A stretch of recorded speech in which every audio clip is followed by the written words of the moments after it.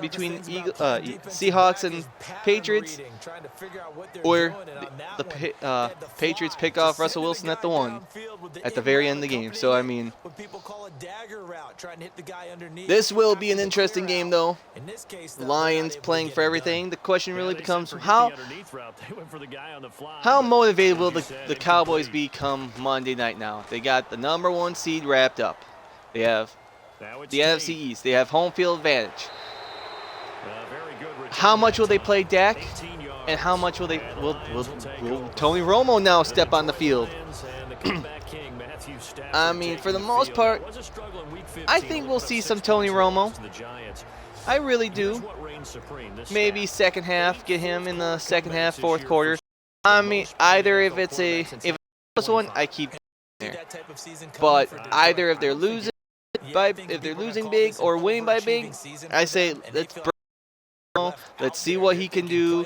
Let's get him back in football shape. You know, the Cowboys have to get ready for their playoff run now. I mean, it's been 21 years since they stepped foot in the Super Bowl. Super Bowl 30 was the last time they played for something that mattered. But on the other side, you have the Detroit Lions. Been miserable since the 50s. Last time they've seen gold, they've won several NFL championships before, but haven't won since. They haven't won a playoff game since '91. They haven't won a divisional crown since '93, which was still the NFC Central they were playing in. The North was not even around. The days of Barry Sanders and company. So, and these Detroit Lions, they have had the most fourth quarter comebacks of all season. Out of their 14 games they have played, about 13 of those they've trailed in the fourth quarter. There's only once where they weren't trailing in the fourth. And there's only one other team that has trailed all year in the fourth, and that's the Cleveland Browns. And so these Lions, you could say, they easily could be just like them, 0-14, but don't think so. Don't think so. These Lions, it feels like they're finally getting things turned around, but it's hard to tell. Is it going to be the same old where, it's the Detroit Lions? They just know how to choke at the end. Well, this year they learned how to win. But it's going to be a fun, interesting game, especially since Detroit has everything to play for. They're trying to win their first divisional title. They're trying to steal it from they're trying to win it, keep the Packers out of it, but more or less the divisional crown is going to come down to the final game of the season, which will be Green Bay at Detroit. And that just might be my game of the week. Next week, that might be the last Sunday night game of the season. We'll see. I always like it how the last, umpteen years now, the NFL does not pick a Sunday night game until the final week. And that I also love it how you have divisional games week 17, because there's at least two divisions for sure where it will be decided in the game. The NFC North is one of them, and the AFC South, because both the teams fighting for that divisional crown are playing against each other, and that's what the NFL wanted. They want these games to matter, unlike in the college level, where it seems like games don't matter. But I don't think I think the Cowboys will do some resting. I think we'll see Romo, but the Lions, let's move on. Different story. Talk about how, last week Dallas taking on. Oh, now I already forgot who they were playing. Tampa Bay on. Oh yeah, Tampa Bay on Sunday Night Football. And I know I've talked about excessive celebrations and touchdown celebrations, where I know I would like to see maybe some changes. I wouldn't mind some group activity, like like the fun bunch from the Washington Redskins, big old team high five or a team spike or whatever. But the NFL is very strict on their touchdown celebrations and rules like that, because there were several times during the middle of the early 2000s where you had like Terrell Owens, was it Terry Horn, and a bunch of other players. You have the Sharpies, you're using pylons. Even one guy had a cell phone under the goalpost, and just try and be unique, try and up one each, and this and that. And the NFL decided to say, hey, you can't do this anymore. No more props, this and that. And toning down the excessive celebrations or whatever. Because, like, Antonio Brown, he's one that loves to celebrate every time he scored a touchdown. And he's been fined several times for his excessive celebrations. There's always a 15-yard penalty for unsportsmanlike. But what is sportsmanlike these days? I mean, I think I'm more of a tradition, an old fuddy-duddy when it comes to celebrations and stuff like that, because like the spike, let's see, say group high five, I wouldn't mind that. The chest bump, just handing it to the ref, the kneeling down, thanking God if that's your thing, for your hard work and so forth. I have no issue with that. I have a friend that always says, like, act like you've been there before and you'll be there again. Show a little class. And like, I don't even mind people, like, if people have a 10 to 15 yard gap between defenders, and they're high stepping it into the end zone and starting and diving into the end zone. I got no issue with that, but the NFL does. But anyways, I'm slightly curious. During the Buccaneers Cowboys game, Ezekiel Elliott, he gets a rushing touchdown, and he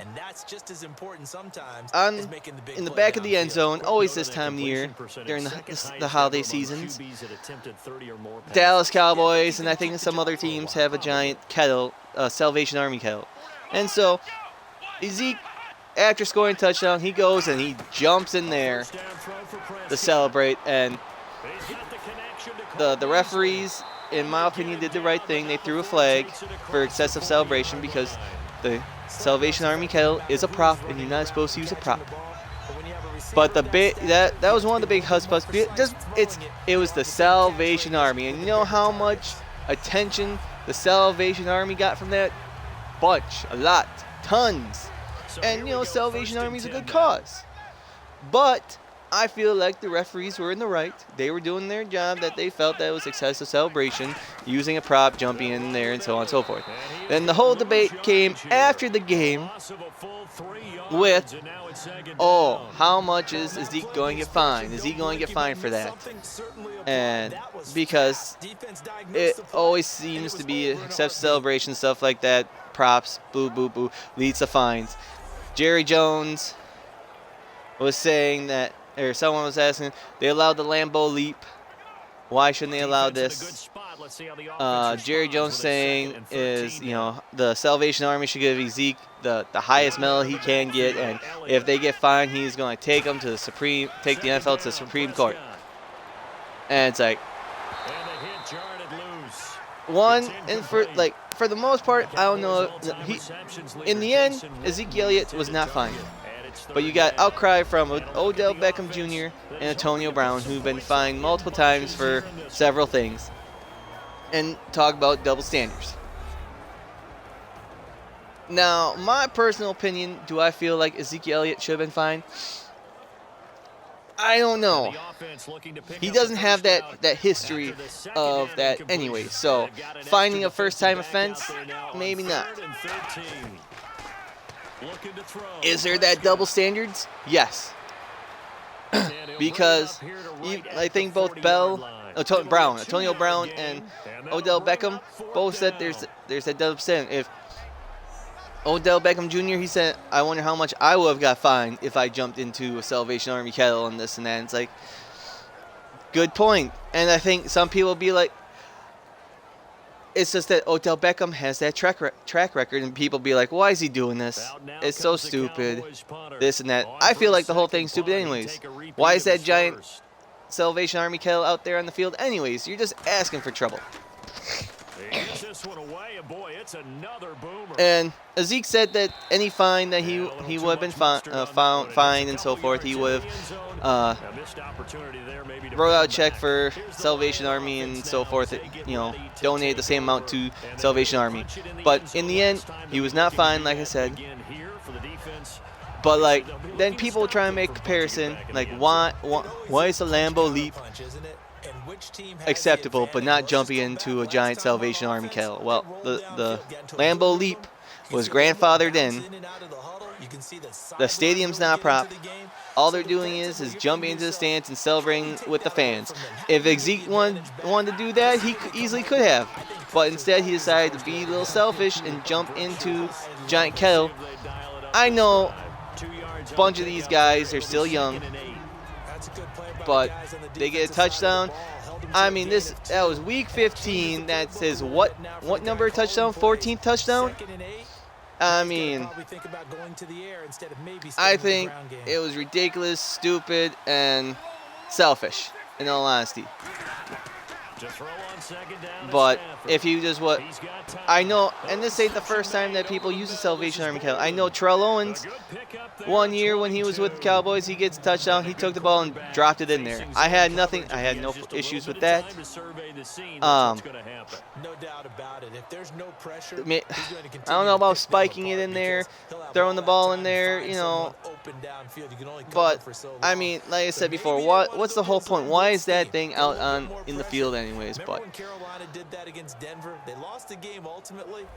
The real question becomes, is the NFL going to lighten up on their touchdown celebration rules? And in all honesty, I think they do. Because they should, because people keep referring the NFL to the no fun league, and the NFL is lots of fun. It's just there's just certain people that would love to see all this excessive celebrations. Like, they need to get a little more clarified on some of these rules. They can't have these double standards and stuff like that. Like, another example, Odell Beckham Jr., he got fined for wearing cleats in honor of Craig Sager. It's there somewhere. Yeah, I think that was his name. The broadcaster from TNT, this and that. And he got fined for that. And, well, that's part of the dress code. He was violating the dress code, and, you're going to get fined. The NFL is very strict. They did allow 1 week where you could wear special cleats for a special cause, but that was a few weeks ago. And I know there's been several times where Antonio Brown got league permission to wear, I want to wear these cleats in honor of this. They want to wear these cleats in honor of that. And in all honesty, if you get this permission, some players get these permissions and some others don't, there has to be a fine line with that. I think when it comes to the cleats and/or gloves, in all honesty, between those two, I think the NFL should lighten up and let players wear what they want. And if it's with some reason, they don't obviously get some legal approval, but as long as it doesn't clash, doesn't throw confusion, because obviously they're not going to wear jerseys, they're not going to wear socks, they're not going to wear different pants to, with the causes, this and that on it. But like the shoes, the gloves, maybe an armband or whatever, I have no issue with that. So I think the NFL should lighten up. If people want to wear something for a cause, let them. They just want the awareness. If it's if it's proven by the league. So we'll see as time goes on and so forth. We'll see what happens this offseason in competition committee and so on and so forth. But I do hope and do feel like the NFL will lighten up on touchdown celebrations a little bit. I don't know about the cleats and gloves and stuff like that for good causes. So, some other news in the NFL. How about, what is his name? Michael Floyd, the former wide receiver and now of the Arizona Cardinals and now current wide receiver for the New England Patriots. Last weekend gets pulled over for a DUI. And the Cardinals say, hey, we like you, but we're not going to take this anymore. See ya, bye-bye. And the Patriots be like, we'll pick him up. We could always use another good wide receiver. Tom Brady can throw to him. But the question becomes, also, fun fact, his blood alcohol level was 0.217, which I believe for drunk driving you have to be 0.08. So he was, not quite 3 times over the legal level, but close enough. But the whole question becomes, should he be allowed to keep playing? And the question, should he be allowed to play? Well, the thing is, he hasn't been convicted. He hasn't been jail time. He hasn't been suspended by the NFL. So he's allowed to play still. It's just that, when the time comes, if he gets, found guilty, which for drunk driving, I'm pretty sure he will be, the league will step up and suspend him. I don't know, a year, 10 games. I don't know how the NFL is lenient on that. The Patriots might suspend him a quarter, knowing them. But what do you do with players like that? Obviously, it's like they're good, they're a good athlete. Do you want them to stick around? Do you want them to be in on your team and stuff like that? Is it worth it? Obviously, for the wasn't worth it. That's but should a team really take their chances with them? And obviously the Patriots did. They'll be willing to suffer the consequences once the ban hammer is dropped on them. So I don't know. It's always a great debate. It's like, should this guy still be playing? Well, I mean, if you have a normal job, you're still going to go to work and this and that until, your day in court and stuff like that. You're not going to really, some people might fire you from your job because of that. So, I'm not sure. It's always a head scratcher for me. All I can say about this play is that someone's living right. Because, does their ability on the field outweigh their social their responsibility outside of football or sports? I don't know where I'm going with this, but well, the Patriots got a new wide receiver. We'll see what happens. I'm sure he's going to be missing some playing time somewhere down the road. I know one other thing I want to talk about a little bit. Since dealing with a little bit college football, because this deals with Robinson coming out of the University of Alabama. This has some implications to the NFL because you have several big name, well-recognized names in college football that have decided to skip their final bowl games on their teams and move on and get ready for the NFL draft.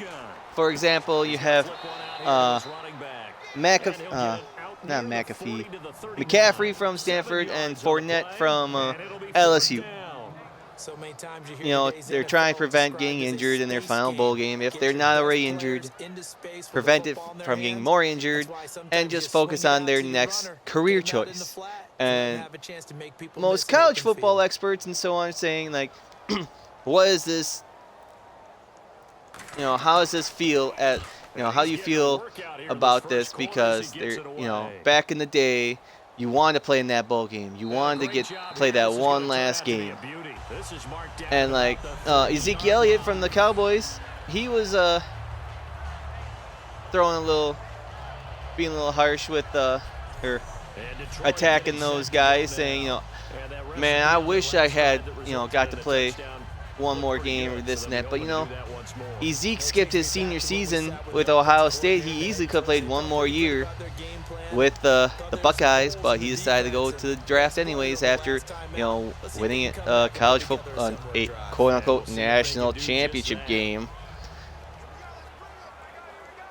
But, like, why don't these players just, you know, if they already know know that they're this good, why do they even play? Why not hold out for the entire season, work and train and so on and so forth? I know that's one of the guys were wondering. It's like, they're not going to skip the entire season because, I mean, they need more practice, and, you know, what's better than practice than actually playing the game? But, like, okay, how should I word this? I have no issue with these guys not playing in their final bowl game. I'm pretty sure, and most of these guys, at least those two guys, they know that they're going to be high-level, medium-level draft picks in the NFL, and they don't want, you know, drop their stock. But, like, there's a guy from Baylor that says, hey, I'm skipping my last bowl game so I can focus on the NFL draft and my next career choice. And it's like, dude, you might get drafted in the 6th or 7th round.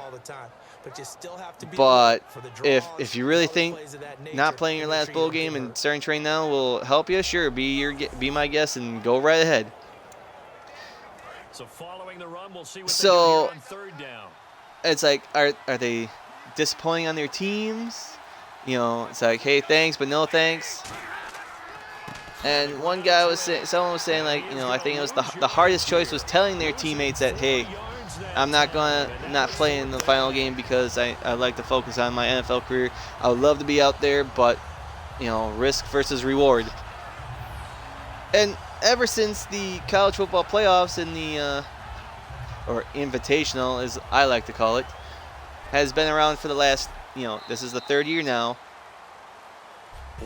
There's only 3 games that matter and 4 teams that matter.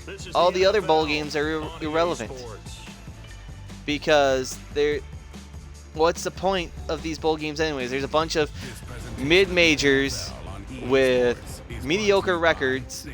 They're playing these pointless, advertised bowl games that, yeah, they'll have one last hurrah, whoop-de-doo. But when it comes to the Power 5 conferences, if you're on a team in those Power 5 and you're not playing in the college football playoffs, what's the point?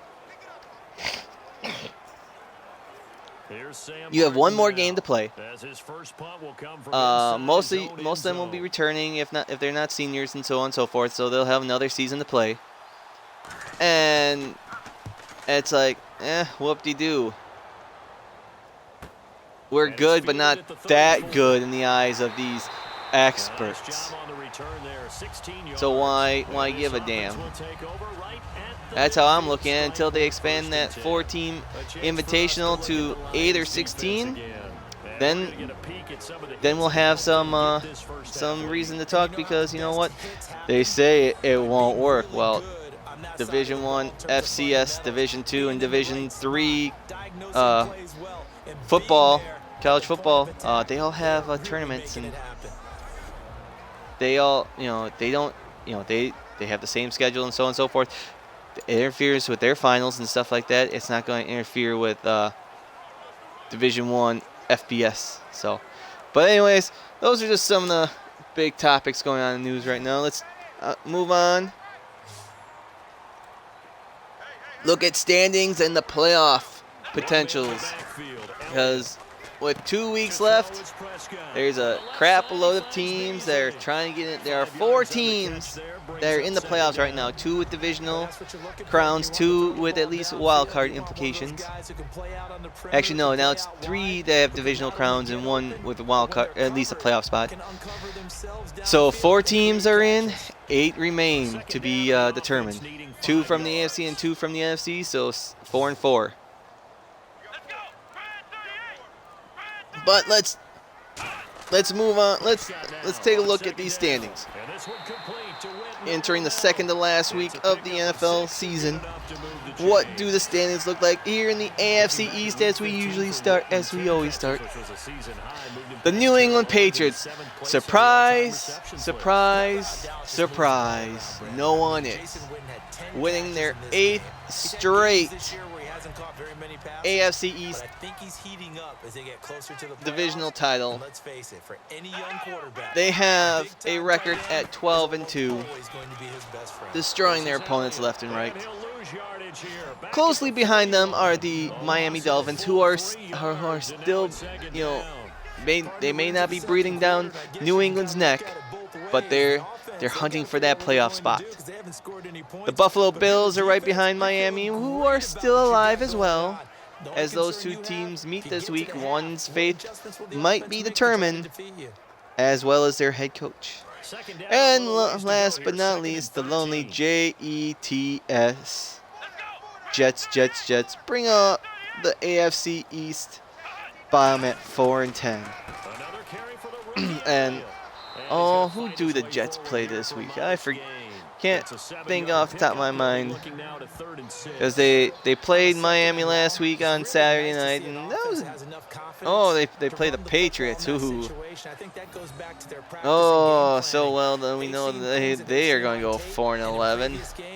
That led them to believe that even in a long distance situation, they can still run the football and gain enough yardage. But Miami's still alive. They take on Buffalo this week in Buffalo, so that'll be an interesting game. And I also will remind everybody, most of the games will be on Saturday on Christmas Eve, while only 2 games will be on Christmas Day. 2 good ones in my mind. And of course, this is the Monday night game, Detroit and Dallas. But moving on, in the AFC West, I believe one of the best divisions in the NFL this year, the Oakland Raiders reclaim the top spot in the West at 11-3. They clinched the playoff spot last week with their win, but not the division. With a win this week and a loss by Kansas City, they will clinch the division. Well, they just need Kansas City to lose and they can clinch the division. It doesn't matter there. Kansas City is 10-4 and got surprisingly lost last week due to a last-second field goal by their ex-kicker, who initially missed the game winner. But of course, good old Andy Reid decided, hey, timeout. Just before the kick, before they kicked it, but he got that kick off and it fell short. So, okay, Tennessee got another shot at it. Here's and it's good. Kansas City loses, so you effed yourself. They're 10-4. The Denver Broncos, they are 8-6 on a 2-game losing streak. They also lost to Tennessee 2 weeks ago, and then they lost to New England last week. And they might become the first Super Bowl team since the 2011 Giants that missed the playoffs, or 2012 Giants that missed the playoffs as Super Bowl champions, defending Super Bowl champions. That sounds about right. And then the San Diego Chargers, unfortunately, they'll have a losing record at 5-9, even if they win out 7-9. But I still think that they're the best of the worst. You know, all the teams that will finish in 4th place in their divisions, I still think San Diego. San Diego is the best of the worst. They easily, in my mind, I have to go look. They easily could be playing for a playoff spot, could be playing for a divisional title, but too many close games got away from them this year. I mean, it just started week 1 against Kansas City. They had a huge lead over them, and all of a sudden they lost it, went to overtime, and lost. The Indianapolis game, I know New Orleans, they lost at the end. Oakland, their kicker, muff field goal attempt, but then they beat Denver, beat Atlanta, lost to Denver. They beat Tennessee. I think they blew their game against Miami. I don't know how close Houston was. Or no, they beat Houston, but Tampa Bay, Carolina, Oakland, all close games there too. So, I mean, if they would have won those last 3, 1, 2, 3, beat Miami, it's okay. 1, 2, 3, 4. Leave that 4. But 1 against Oakland, 1 against New Orleans, 1 against Kansas City. So 1, 2. Okay, that's 1, 2, 3, 4, 5, 6, 7, 8, 9, 10, 11. They easily could have 11 wins and be playing for a playoff spot. But they're obviously they're just quite not there yet. So San Diego, I'm hoping for the best for them next year. Maybe make that division even better. Whole question becomes, are they still going to be the San Diego Chargers next year? Or are they going to be the LA Chargers? We'll see. Just like Oakland. Are they staying in Oakland, or are they going to be the Las Vegas or the Los Angeles Raiders? But AFC North, big game this weekend for sure, because the two teams fighting for first place play each other on Christmas Day. Pittsburgh's in first at 9-5, followed by Baltimore at 8-6. Cincinnati, you disappointed me. I really thought you would play better this year. Had you with, I think, the number 1 seed overall in the AFC, first round bye, but I still had you losing in the divisional round. I forget who, but 5-8-1. You're going to have a losing record. You're going to at least be 7-8-1.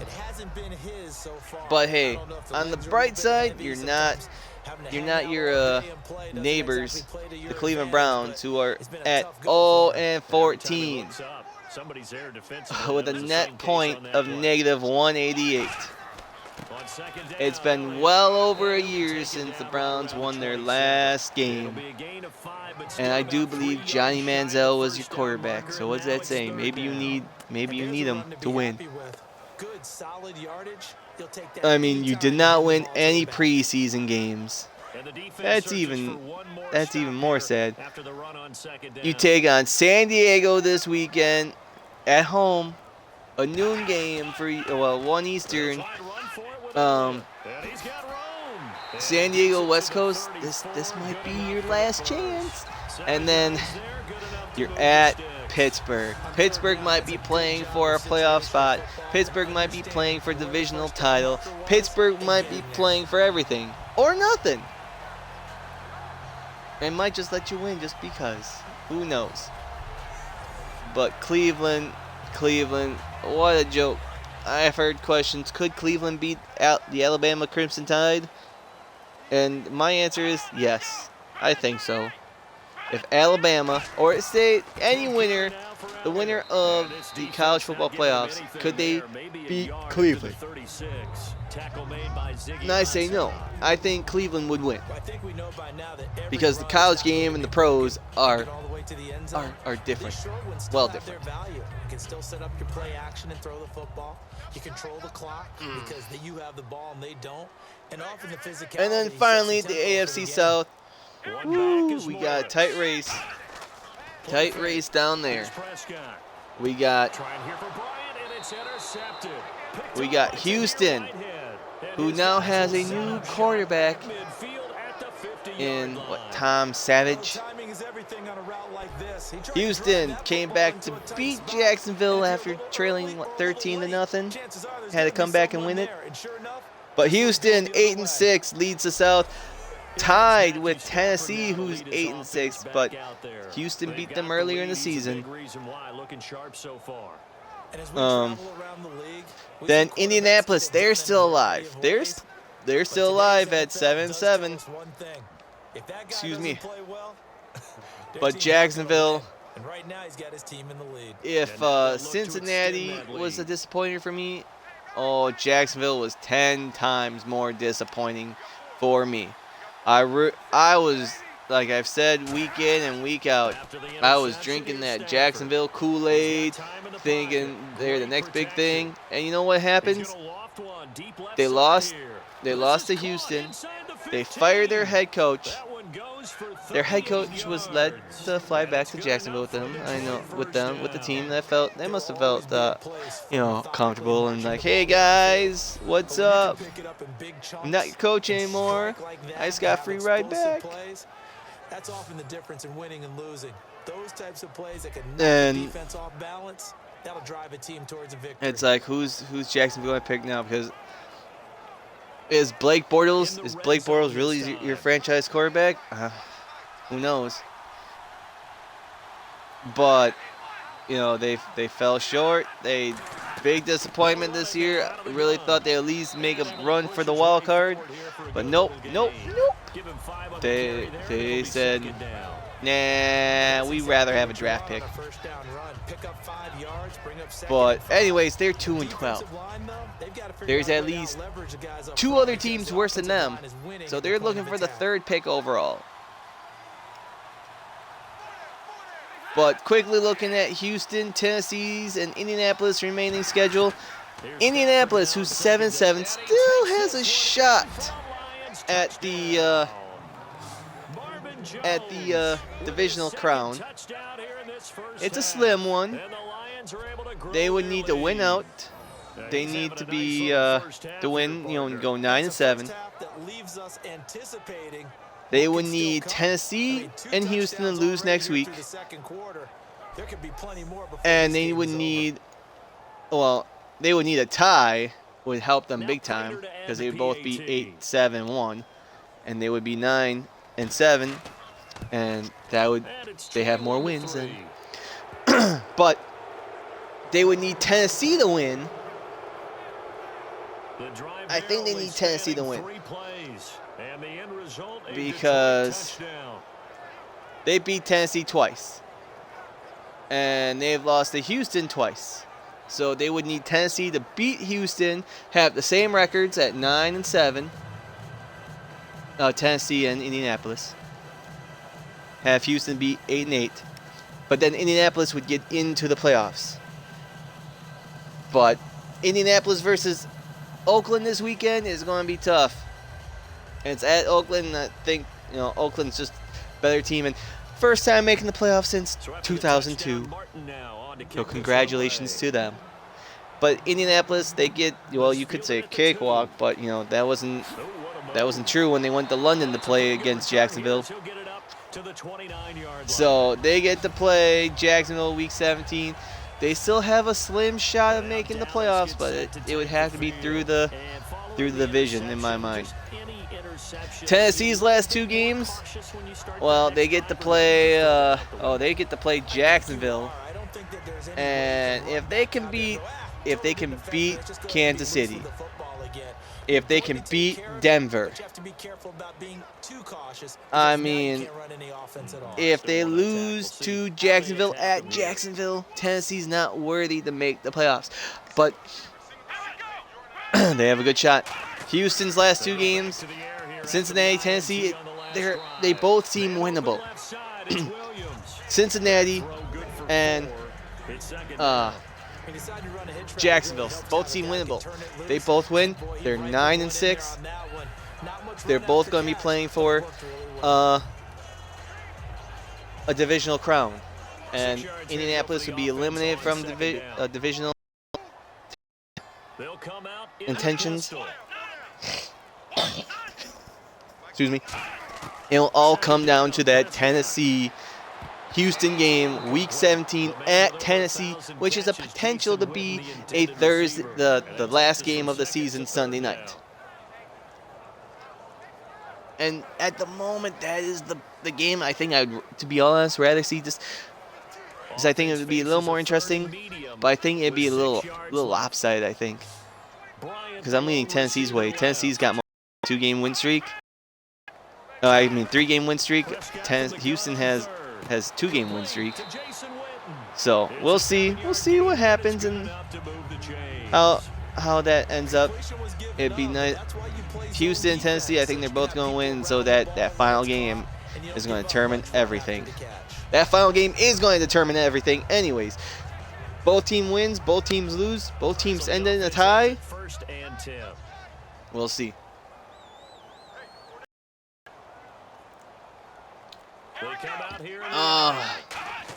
Wow, Detroit up 21-3. I don't know about that. That seems a little lopsided. It's a 6-yard pickup, and it gets them to 2nd and 4. Some runs are blocked so well. But we move on to the NFC side of the field. We got the NFC East, like I said before earlier. Dallas is now the Super Bowl runs through Dallas. The NFC Championship game. If Dallas wins their one and only playoff game prior to the championship game, it's going to be, we'll have a championship game return to Dallas for the first time in I don't know how many years. Is it 21 years? Yeah. I think that's the last time Dallas has played in an NFC championship game. Was 21 years ago when they hosted the Green Bay Packers in for a trip to Super Bowl 30. Let's see now. I want. He'll get this down only to about the 46. Give him a couple on the carry. Yeah, this is what I want. Partner, we know today's NFL is really built around the guy throwing the football. But these short runs, oh my gosh, pay dividends because they can take their toll on a defense and they can add up as the game goes Oh. along. You control the clock, you control the ball, and that way you often control the game. I'll have to look at that later, but let's see. What I want is NFC Championship game. He'll wind up losing a yard on the play, and they're going to have a 3rd down. Just to double check the last time Dallas. Dallas, yeah, last time Dallas has played in the NFC Championship game. That was their last 96 was the last time they won a playoff game prior to the 09 season, I think it was. Yeah. But it's a tough 3rd and 9. So it'll be 21 years. 21 years. I mean, they had the best record in 07, but they failed to win their one playoff game that year. So, anyways, the NFC Championship game will or could be hosted in Dallas for the first time in 21 years. They have a record of 12-2. The New York Giants, now the Giants had a chance to clinch a playoff spot with a win tonight, but they failed. They're 10-5. I feel like they still could still win when they make the playoffs. I mean, there's a lot. I don't know, even if they lose next week to Washington, who else has to win out and be better than them? Because, like, Detroit, they're 9-6 right now. No, they're 9-5. They're 9-5. Yes, they're 9-5. Detroit's 9-5. They have a tiebreaker over Detroit. So, I mean, Detroit can clinch a playoff spot with a win and several losses. I'll get to playoff scenarios in a little bit. I just want to finish going through the standings and so forth. But anyways, the Giants, they're 10-5. I think they can win next week against Washington. Washington, they're 7-6-1. And the Eagles, they're still trying to stay alive. You know, if the AFC West, the NFC East is right there, right behind the NFC East is the next best division. I almost say the AFC South is the third best division, maybe. Just because they have 3 teams fighting for divisional title. So.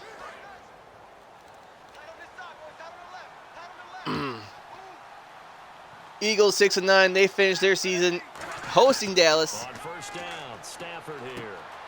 And hopefully they can end that season with a winning mark. 20 yards on the pickup there. So we move on to the NFC West, and the Seattle Seahawks. They've clinched the division. They can clinch the number 2 seed. I don't know with a win. I think they need several teams to lose. Yeah.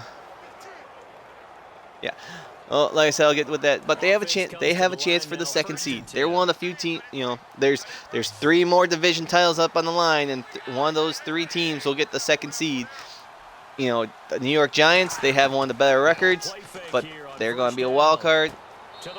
It just determines 1st or 2nd wild card. But Seattle 9-4-1. I know with a win, a few losses from other teams, they'll clinch the number 2 seed. But I mean, it's almost a cakewalk for them. They host Arizona this week, and then they at San Francisco. I mean, the team that I feel like is 10 times overrated, more than Dallas. They're not going. No, Seattle's not going to go to the Super Bowl.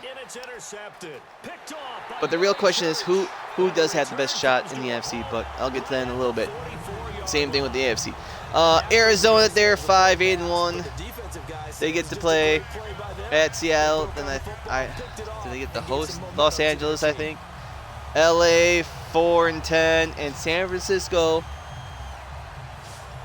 You know, just right behind Cleveland. They showed Cleveland that they're 1 game better. And the funny thing is, the last team Cleveland beat was San Francisco. They are 1-13 and bring up the rear of the NFC West after winning Week 1 against LA, shutting them out, putting them in their place. They have lost 13 in a row. It's like, you thought it was hard to win 13 straight? I want to know how.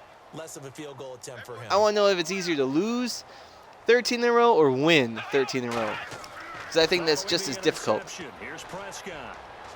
Because you really have to give up on your team to just suck. We move on to the NFC North. The Detroit Lions. They are currently 9-5. With a win and a little help from some friends. They can win the NFC North. They can win a playoff spot and make the playoffs for the 3rd time in 6 years.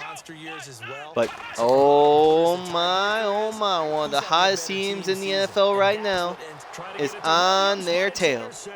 And they get to play them Week 17 in Detroit, and that's the Green Bay Packers.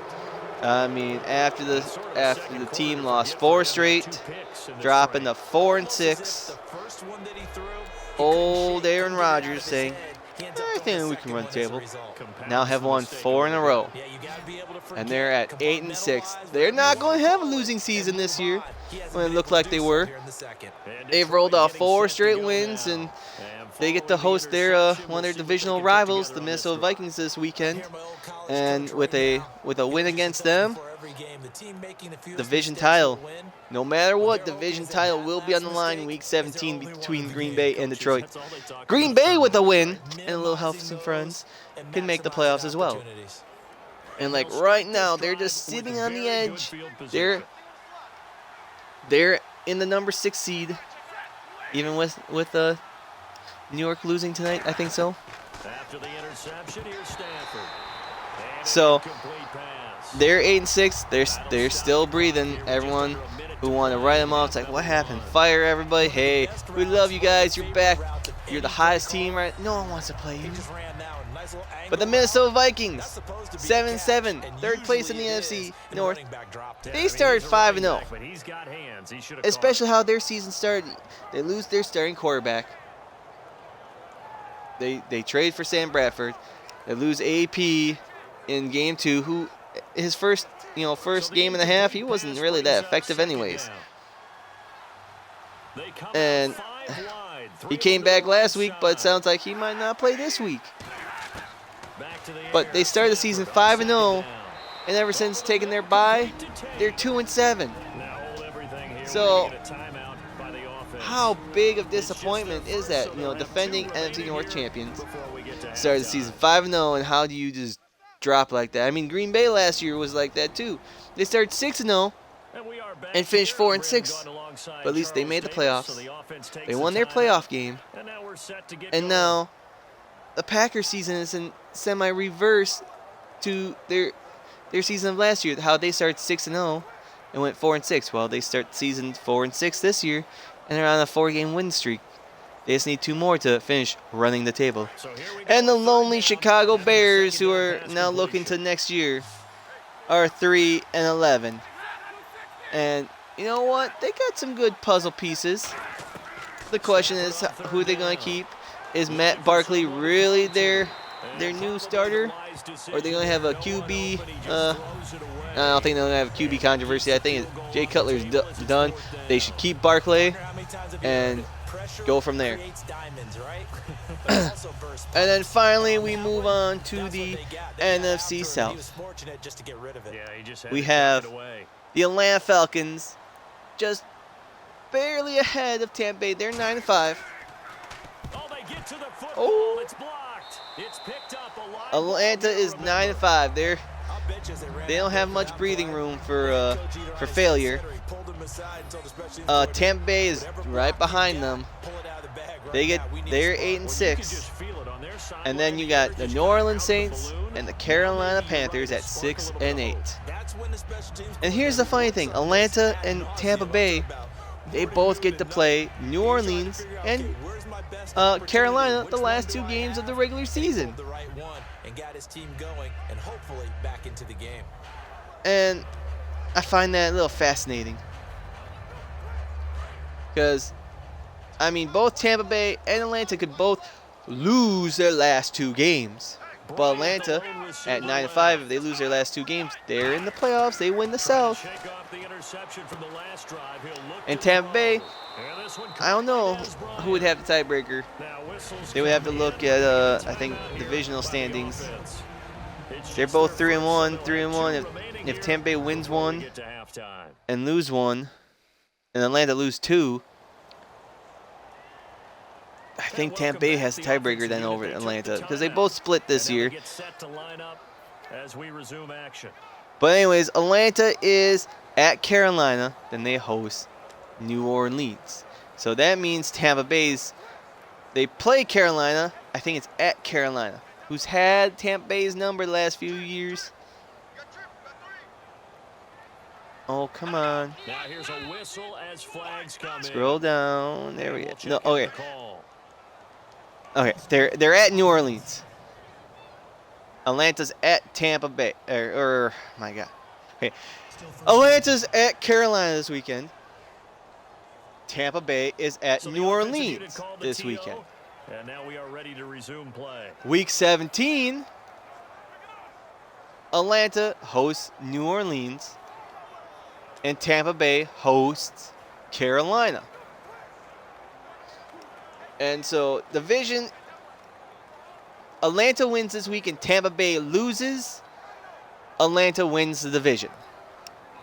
Plain and simple. So now 1st and 15. And when it always comes down to divisional games, it's always so tough to determine who's going to win, who's not. A dump off to Elliott. Oh, let's see how this first half. Can Dallas actually get? How about this? So many times you hear I gotta take a little break, finish watching the first half, and then we'll talk about playoffs. Playoffs. Talk some playoff talk. We already know who's in, what 4 teams are in, but who's still fighting for some playoff spots? Who can clinch playoff spot this weekend? And what all has to go right for a few teams. So, be right back. Prescott looks to throw on first. Out left side here to Bryant. And he gets it inside the 35 and just shy of the 30. Now hold everything here. We're going to get a timeout by the offense. So that means they're down to 1 remaining here as we head toward halftime.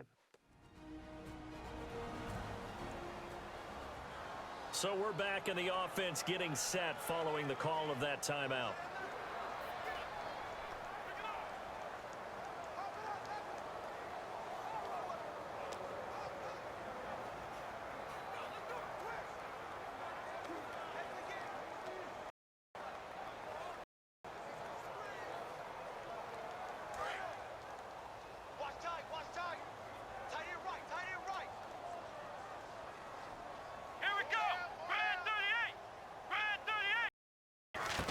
On first and Prescott. This will be caught at the 2. And he is into the end zone for a Cowboy touchdown. Dez Bryant, 31 yards. And the Cowboys get a bit closer. Certainly helps. Got to go ahead and convert, get to the half, and figure out how to keep chopping down this lead in the second. They still need to regroup, and they still need to end the second quarter strong. A little bit of time left. So Dallas was able to cap that drive with a touchdown.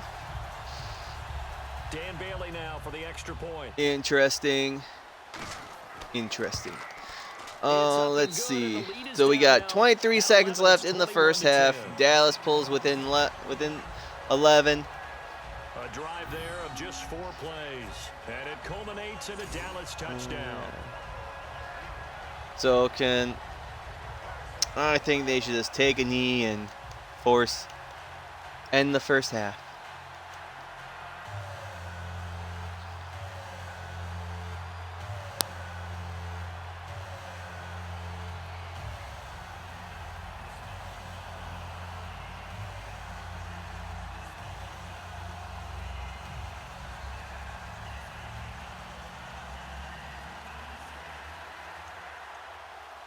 Bailey now to kick it away after the touchdown. Roberts on the return. Ooh, only up to what, 23? 23-yard line with 19 seconds left in the first half. And Detroit getting set to go. That's not what I want. Oh, there we go. Yeah, I do want that, actually. Aggressively, offensively, they want to play this. I think we'll find out just how much they trust their guys in this situation. As like I said before, 4 teams are in the playoffs. 3 have clinched divisional titles. I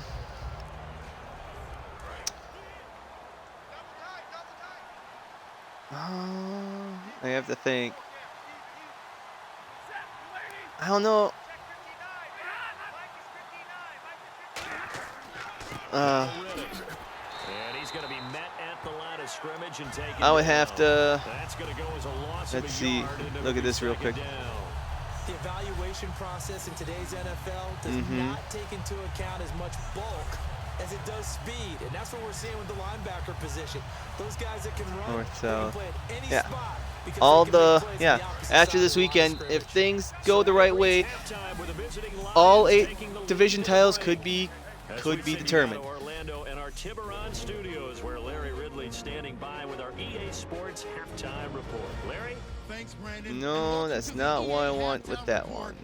So I can close this. The Cowboys are down right now, but they have to feel like they're still in it. The Lions have been the better team, though, and will try to maintain the lead in the second half. All right, let's do this. Here's the first half highlights. Lions have it at the 7. The quick pass and completion is made, and they cap off a 4-minute drive with the score. The lead now at 4. Cowboys ball way through the second. with the pick. Whitehead's the one. There we go. This is what I want. Boost to his defense. But A's. Offense out now following the INT. Jones has got This is what if the playoffs were held today. If NFL's like, we're done. We're just going to start the playoffs right now. Really? Lions wind up throwing a pick on the drive.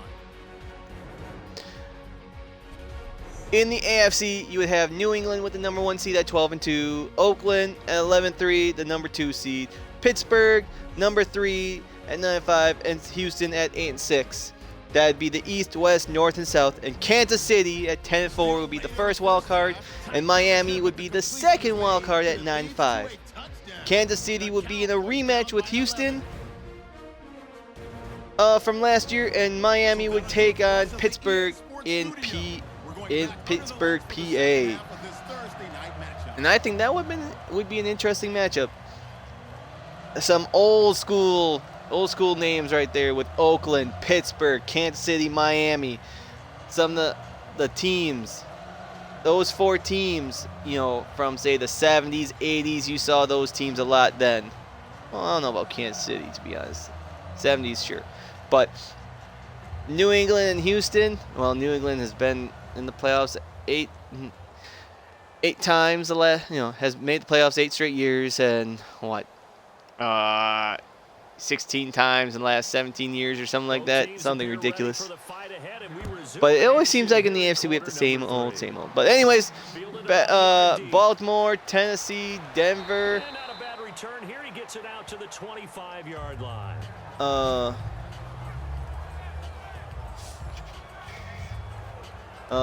Let's see. Baltimore, Tennessee, Denver, Buffalo, and Indianapolis are still fighting for a playoff spot. Those are the 5 teams in the AFC. They're still alive.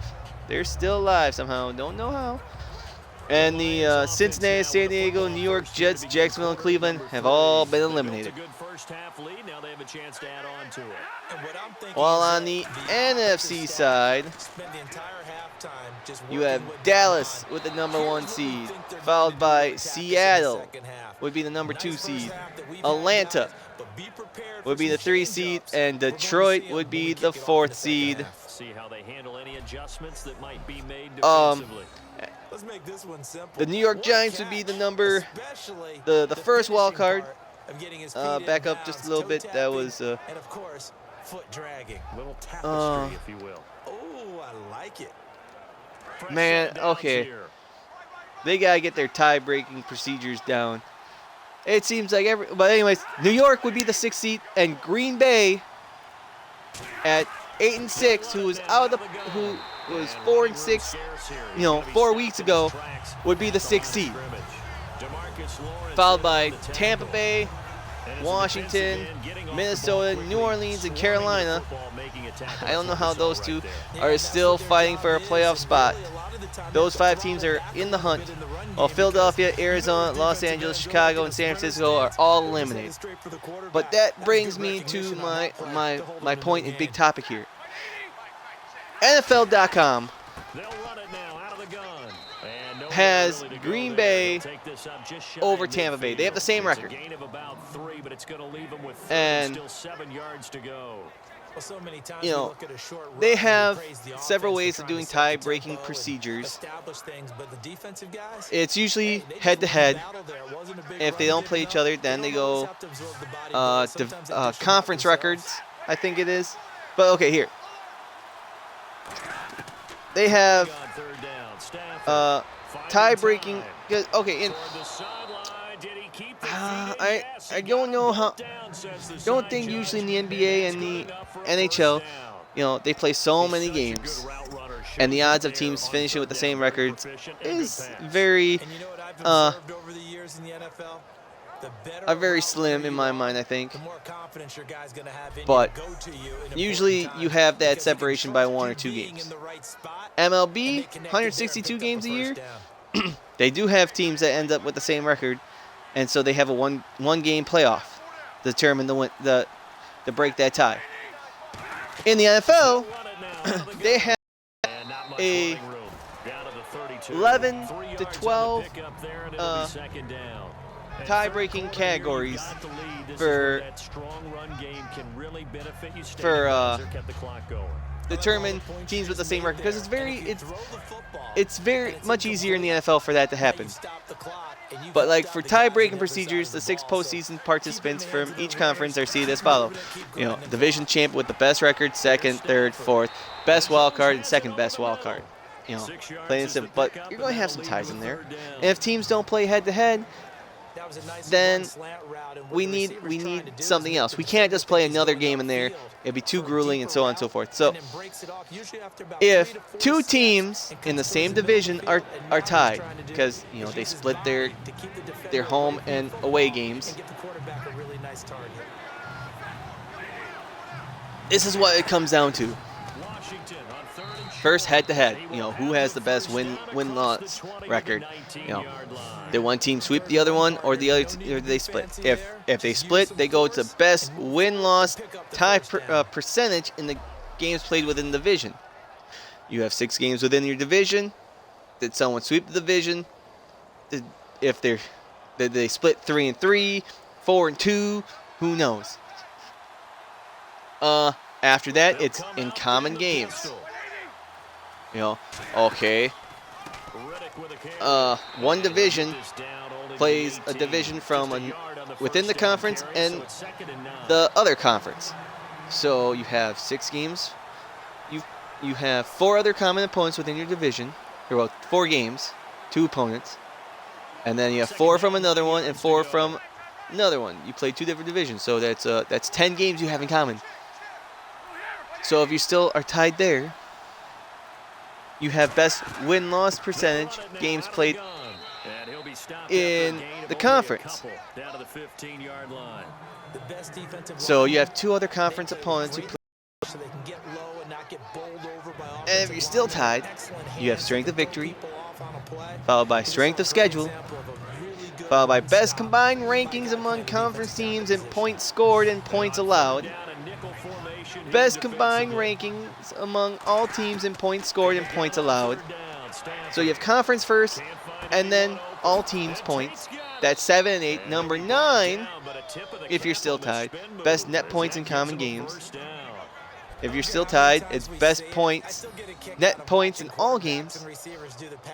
If you're still tied, it's best net touchdowns in all games. This is the 11th one, and this is just for division, determining a division tiebreakers. And last but not least, if you're still tied after head-to-head,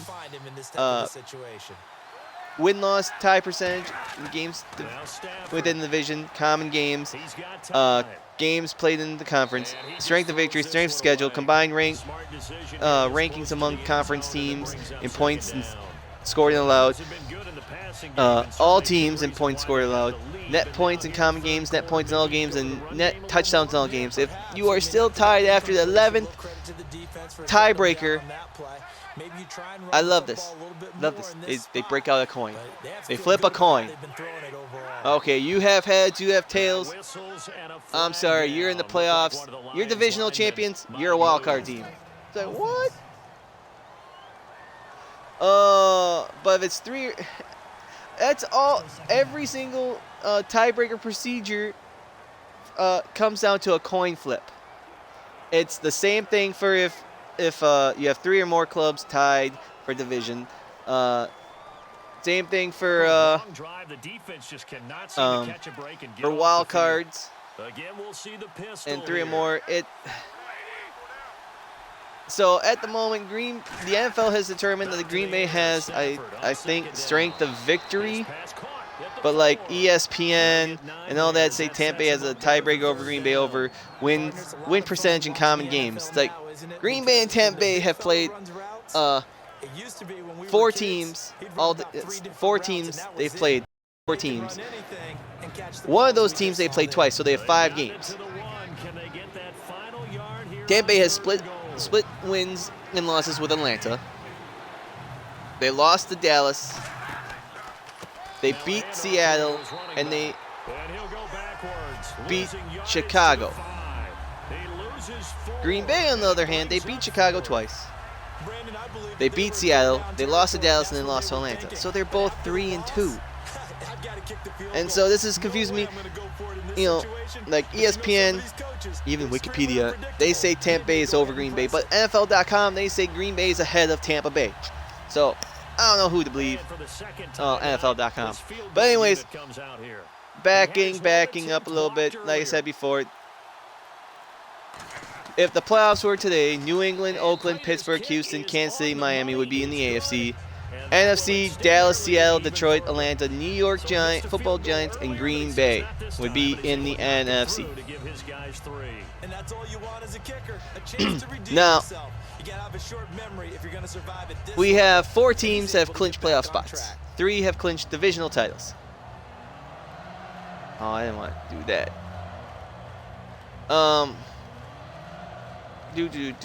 Go back to this. We have 1, 2, 3, 4, 5, 6, 7, 8, 9 teams this weekend can clinch playoff berths and divisional titles. This is what it looks like. In the NFC, I will start in the AFC actually. We already know New England has clinched the division title in the first round bye. Boo. They can clinch home field advantage though with a win and an Oakland loss or tie. They can tie and Oakland would have to lose. So New England hasn't clinched that number 1 seed quite yet because Oakland is still there. They can do it, but they would need to win and an Oakland loss or tie. That's the most common, most likely. Oakland, on the other hand, they can clinch the division in a first round bye with a win and a Kansas City loss or tie. Or if that doesn't work, if they tie and Kansas City loses, they can win the division in a first round bye. There are times this game is about patience, isn't it? Has had the game he expected, but that run there, that may get So Oakland could tie and New England can win, and they both would get the first round byes, but New England would have the number 1 seed.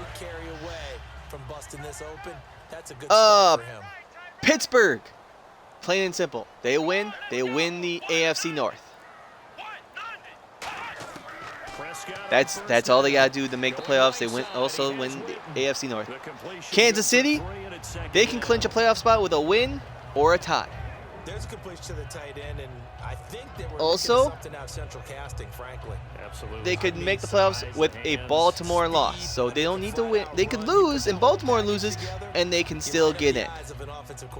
So Kansas City, they're more or less in the playoffs, unless Baltimore wins. But if they win, they're in. Houston can clinch the AFC South with a win and a Tennessee loss. That's the only scenario there. And Miami can clinch a playoff berth with a win plus a Denver loss or tie. Or Miami ties, Baltimore, Denver, and Houston. Baltimore and Denver loses, and Houston loses or ties. Or Miami ties, Baltimore, Denver loses, and Tennessee loses or ties. It's always fun, all these different scenarios. And that's only in the AFC. So we could have all 4 divisions could be wrapped up in the AFC. Plus, the 2 wildcard spots could be wrapped up after this weekend. So the AFC can be all wrapped up come Monday morning. NFC side, we already know Dallas is in. They have the first round bye, home field advantage throughout the playoffs. Seattle, they have the NFC West, but they can still clinch a first round bye with a win, plus a Detroit loss, plus Atlanta loss or tie. Otherwise, there's still teams looking for that second seed. Even if Seattle wins, they can't clinch it quite yet. They would have to win out. They get the number 2 seed. The Giants, well, they blew their opportunity a little bit. they can't control their playoff spot berth quite yet. If they would have won tonight, they would have been in. Anyways, they would need a Detroit loss or tie. They're in. They would need a Green Bay loss or tie, and they're in. Or a Tampa Bay loss or tie and win, or tie. Or simply Atlanta loses, they're in. So they either need Detroit, Green Bay, or Tampa Bay to all one of those three teams to lose or tie, they're in. If Atlanta loses, they're in. Detroit can clinch the NFC North with a win and a Green Bay loss or tie. Or they tie and Green Bay loses. They can win the North by that way. They can clinch a playoff spot, but maybe not the North, if they win and Tampa Bay loses or ties. If Detroit can still make the playoffs if they tie and Tampa Bay loses outright. They can also make the playoffs by if they tie, Tampa Bay ties, and Atlanta wins. And last but not least, they can make the playoffs with a Washington loss or tie. A Washington loss, a tie or tie, Tampa Bay loss, plus an Atlanta win or tie. And in all honesty, I kind of like Detroit's odds of making the playoffs this weekend.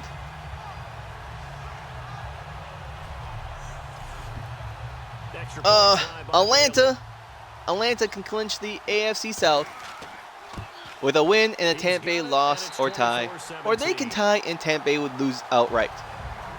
A lot of teams would like to see it Tampa Bay lose this weekend. But anyways, they can clinch a playoff berth with a win, plus Atlanta clinches strength of victory tiebreaker over Detroit. They can win or tie in a Green Bay loss or tie. Atlanta win plus Detroit loss or tie. If they tie and Detroit ties, they're in. A Washington loss or tie and a Green Bay loss, they're in. Or their 6-5 scenario with a Washington loss or tie, Green Bay ties, and Detroit loses, they are in. It's always funny seeing, oh, hey, if this team ties, you're in the playoffs. And I hate ties. Okay, the Green Bay Packers, they can clinch a playoff berth if they win. Washington loses or ties. Tampa Bay has to lose. Atlanta has to win or tie. Plus, Green Bay clinches strength of victory tiebreaker over Tampa Bay. And for me, I would love to see that happen. I forget. I kind of like the Packers' odds, actually, in all honesty, that this may come true this weekend. And last but not least, Tampa Bay, they can clinch a playoff berth with a win, Green Bay loss, Detroit loss, and a Washington loss. I'd be surprised if all three actually lost. Or they win, Green Bay loses, Detroit loses, Washington ties, and Tampa Bay clinches strength of victory tiebreaker over Detroit. So the NFC North and South could be clinched. We could have all four playoff spots or divisional titles clinched. And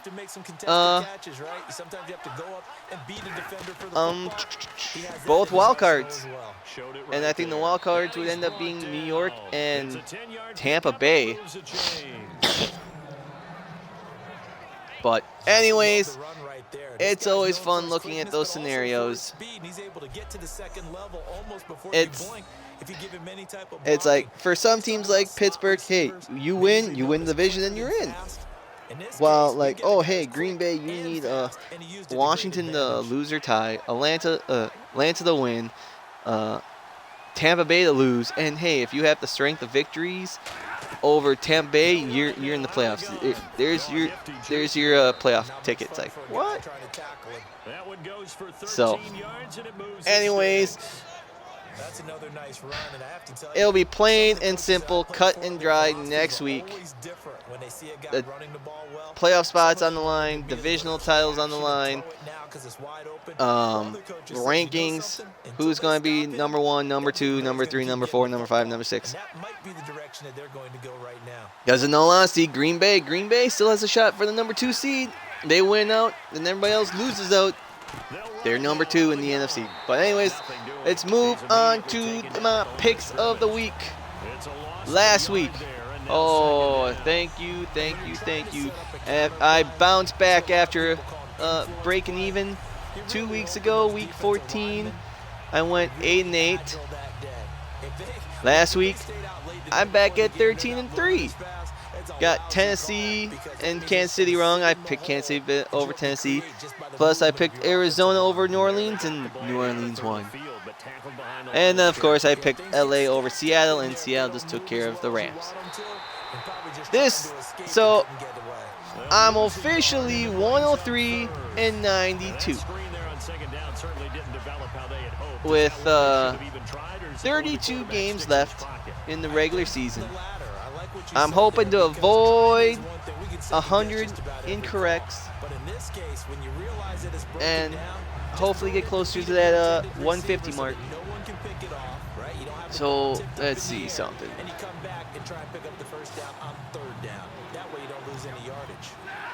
Okay, 130 divided by 222.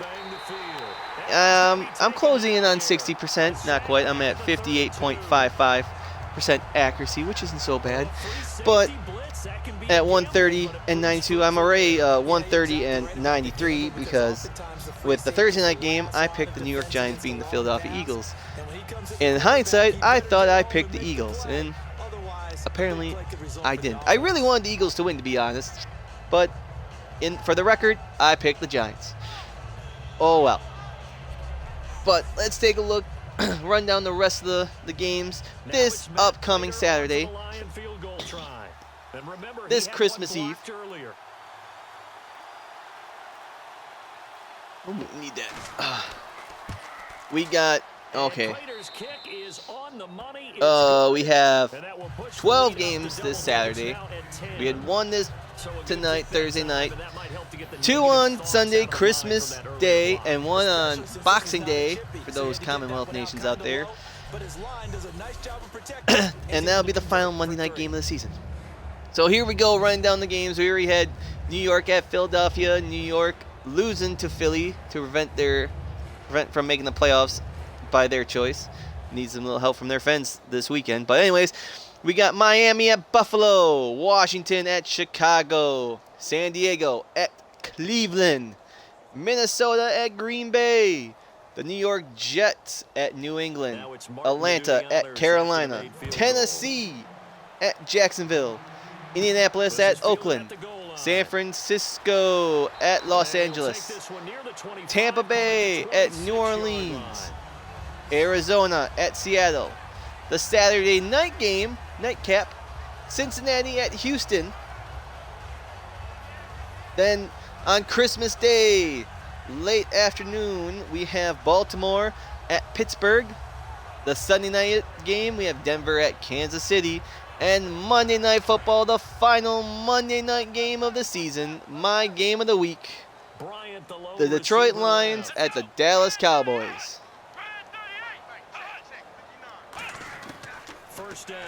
So we got some good games.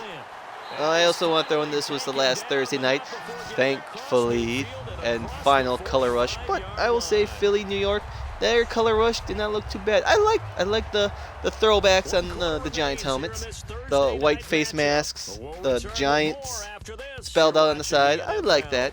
It was nice. But no more Thursday night games. No more Saturday night games. Saturday games until playoffs comes. And this will be our final Monday night game of the season. Well, no, I don't mind Monday nights. I don't miss Monday Night Football. But anyways, here are my picks. Starting, well, like I said, I picked New York and they lost. So here we go, 1st and 10. But here we go, starting Miami at Buffalo. Big game, big game, big game between the two. Miami can make the playoffs, like I mentioned earlier. But Buffalo is still alive too. I don't know how they can make the playoffs. In all honesty, they would have to win out, and everyone else has to lose out, something like that. But the question becomes, will we or will we not see Rex Ryan in Buffalo come next Monday? And that's a question that will be asked and discussed next week a little more, depending on how this game turns out. And I think Miami is on the right path. It's sad to hear and see what happened to Tannehill, but I think Matt Moore, he fits in right now. I mean, he had an easy test against the Jets last week, but he's finally hitting that wide receiver, Jarvis Landry, that has been neglected all year. And in Buffalo, I think Miami will take care of business against divisional rival, and they go on and get one step closer of making the playoffs. So Miami is my pick. Washington at Chicago. Whew. Washington has been on decline for the past few weeks. They played their way into the playoffs. They never really had a chance to win the division. But they lose. They got beat up on Monday night against Carolina. They have lost 3 of their last 4 games. And it just hasn't been pretty for them lately. Chicago, on the other hand, last week almost pulled the upset, almost pulled the comeback to prevent the Green Bay Packers from making the playoffs, from winning the division, from tying the all-time series between the two. You know, down 17 in the fourth quarter, they scored 17 unanswered themselves, but end up falling short. And, you know, I think they're a little better than their record says, 3-11. There's a handful of games they easily could have won, like the Detroit game, the Tennessee game, I think the Jacksonville game earlier in the season. Let's see. No, don't know about that one. But they at least could have at least 2 to 3 more wins and be like 6-8. Yeah. Got rid of it. No one got it. And they played really well last week, especially in the freezing cold. Washington, they're in the decline. In all honesty, I think Chicago's on the incline, and I like the Bears. I like the Bears in this one. I think the Bears will take care of business and beat Washington and kick the Redskins out of the playoffs. San Diego at Cleveland. This would be the ultimate slap in the face for San Diego, a team that has lost several times in several close games. They're better than their record says, and they're taking on Cleveland, who their record says who they are. And if it'd be nice to see Cleveland win, prevent the losing season, winless season, I should say. But I gotta go with San Diego on this one. I think the Chargers will take care of business. Phillip Rivers and company they go to Cleveland on a early game, maybe a little tired, but they'll come the second half, fourth quarter. Minnesota at Green Bay, a rematch from week 2. One team's on the rise, the other team is sputtering out of control. When it looked like both teams were sputtering out of control, one team has pulled up from that nosedive and has recorrected their altitude, while the other one is still in a little free fall.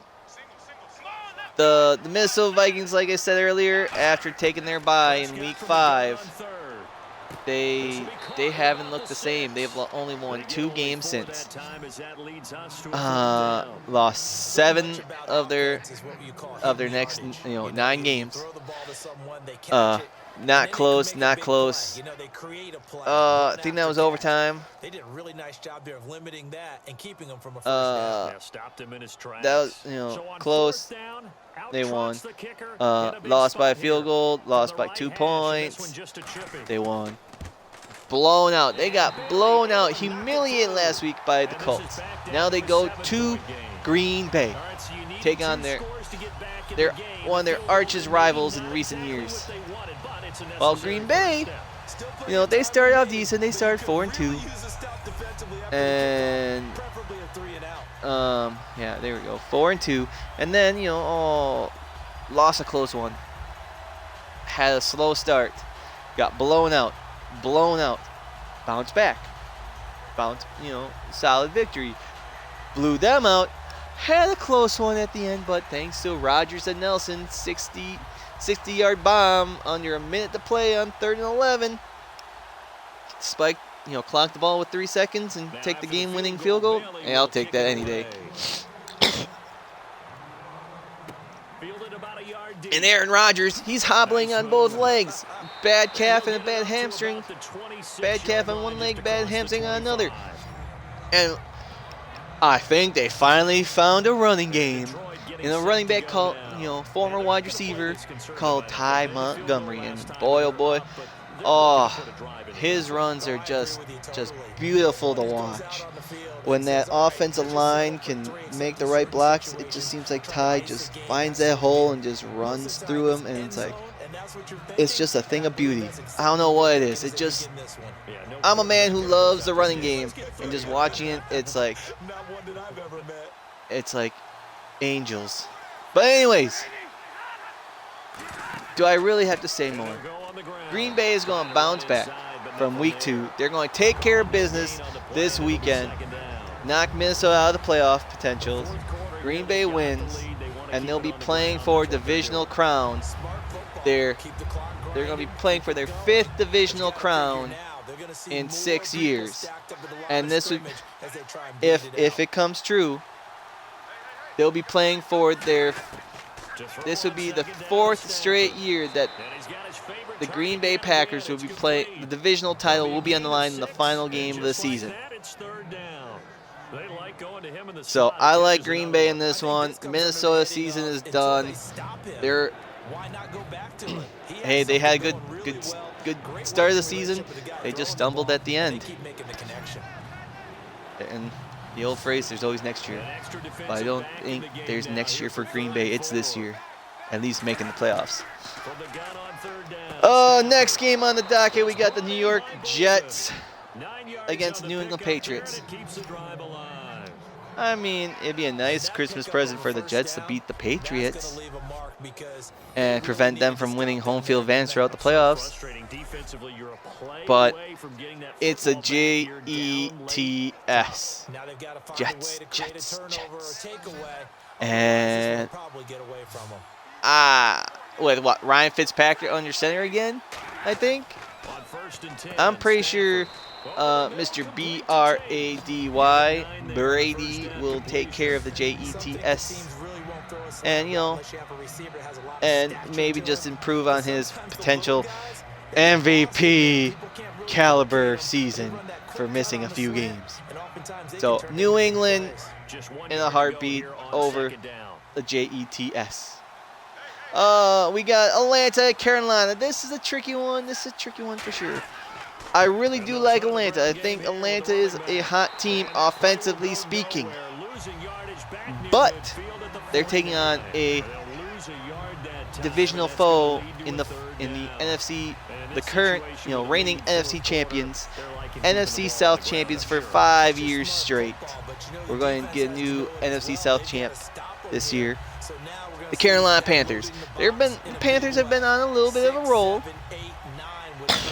Atlanta, when they played each other earlier in the season, Atlanta was all over Carolina.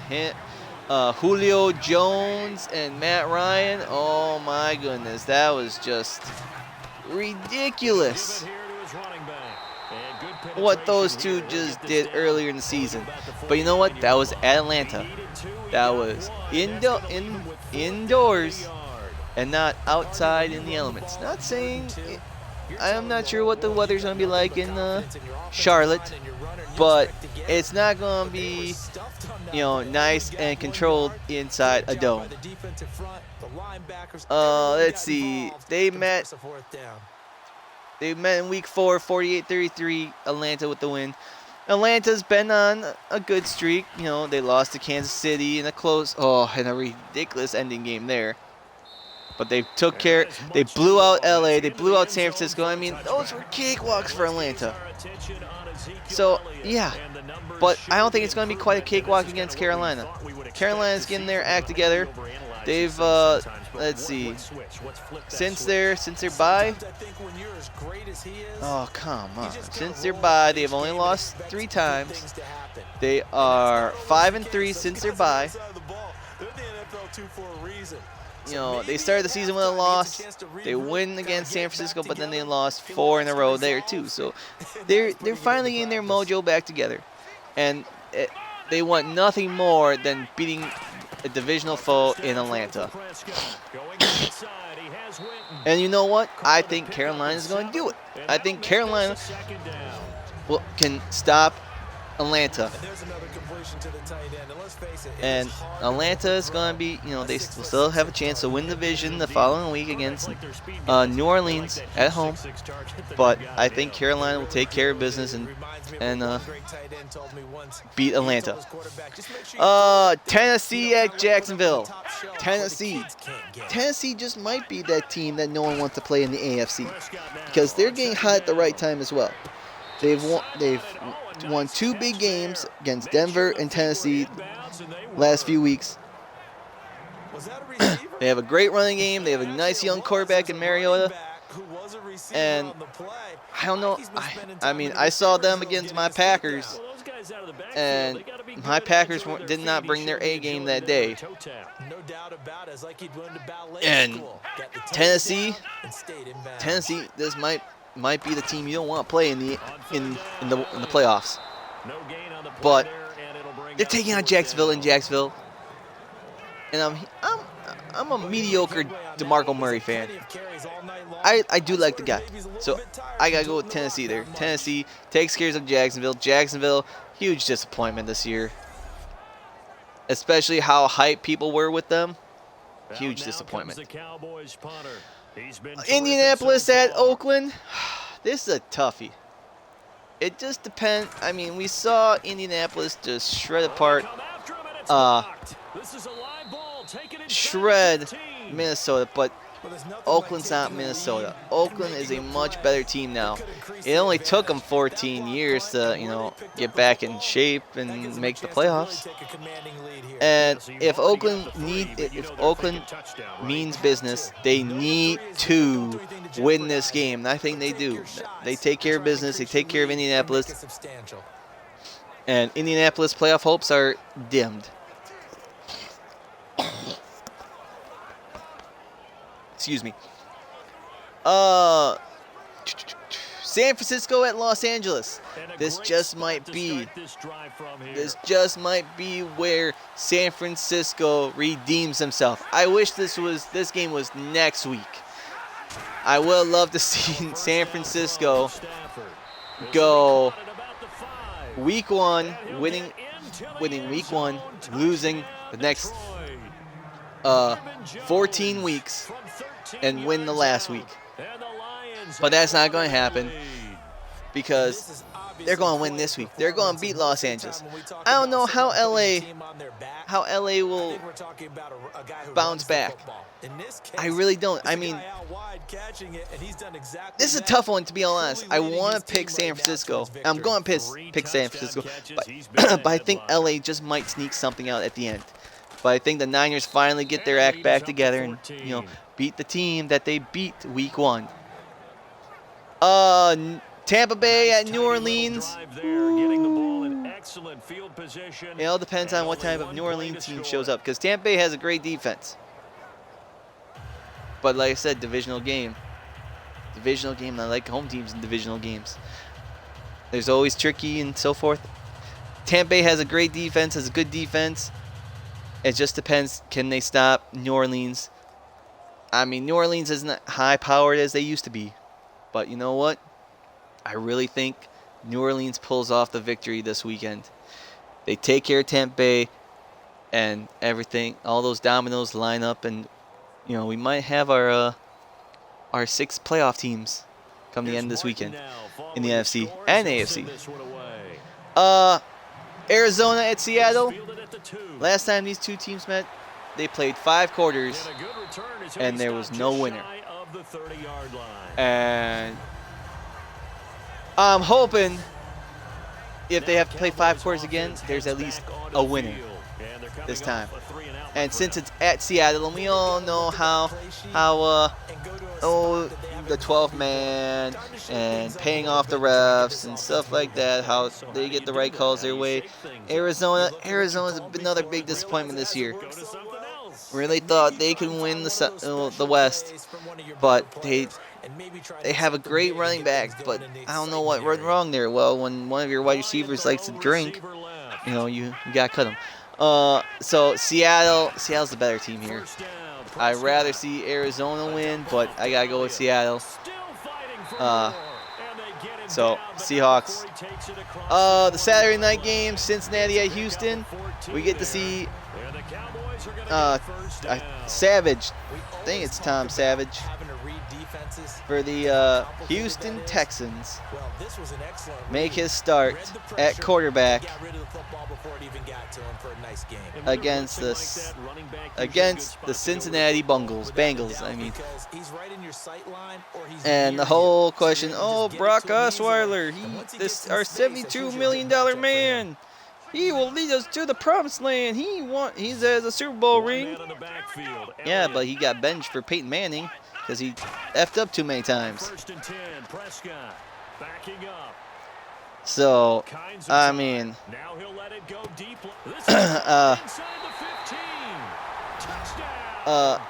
I think Savage can lead the he can lead the Texans to victory and give the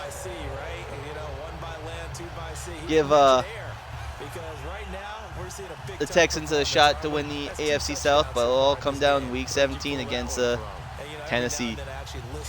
Okay, Sunday, Baltimore at Pittsburgh, AFC North on the line. Pittsburgh wins, they win the North, and they're in the playoffs. Baltimore wins, they will have swept the season series and would have to win their final game against Cincinnati the final week to win. And you know what? Baltimore, I think Baltimore takes care of business. They hate Steelers. This is your modern day rivalry that's been in the news. They played in the playoffs like 5 times in the last 10 years. They've both been to the Super Bowl within the last 10 years. They both won Super Bowls. They've won like what? 4 Super Bowls in the last 15 years or something like that.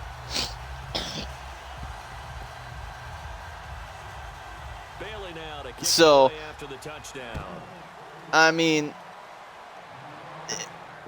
this is almost the premier rivalry in the NFL. And it's lost its luster a little bit. But you know what? I like Baltimore. I think the Ravens go to Heinz Field. They take care of business. They put Pittsburgh in their place. And they walk out. All they got to do is win next week. Sunday night football, Denver at Kansas City. We went 5 quarters in that one. And we at least had a winner, with the field goal being my most valuable player. Denver losing to New England, 2-game losing streak. Kansas City losing to Tennessee on the last-second field goal. You know what? Kansas City has an offense and a defense. Denver does not have an offense, but they have a defense. So you know what? Kansas City wins. They win. They knock Denver out, the reigning Super Bowl champions, out of the playoff potential, and the Denver becomes the first team since the Giants of 2012 to be Super Bowl champions, but miss the playoffs the following year. So Kansas City in that one. And last but not least, Monday Night Football, the final Monday night game of the regular season. The Detroit Lions at Dallas Cowboys. Dallas has nothing to play for, like I said earlier. Detroit has everything to play for. And right now we have Detroit up by 7, 34-27, with about 3:40 left in the fourth. Good game, but sadly I think Dallas is going to win. The real question becomes, will Detroit be trailing in the fourth quarter at all? I don't feel like Dallas is the team that's going to win the NFC overall. But with the playoffs running through them, they might just be going to the Super Bowl by default to end up just losing against the AFC. But like I said, I like Dallas in this game. Detroit, they'll have to wait one more week to find out. Excuse me. They'll have to wait one more week to find out if they can win their first divisional title in 23 years against Green Bay, which that would be a great one. So sit back, relax, and see how the remaining 2 minutes and 30 seconds play off in this game. As opposed to anticipating them being open because of the strength of his arm, and he doesn't mind showing it off. And on the ground they go with a running back. And able to push his way forward here for a good little gain. They give him 4 yards there. It'll be 2nd and 6. Not a run that you're going to write home about, but still a good first down run. That's what an offense calls staying on schedule. 3 to 4 yards on first down, you're set up very well for the rest of the drive. Time for a break. We'll come back, see what transpires after this.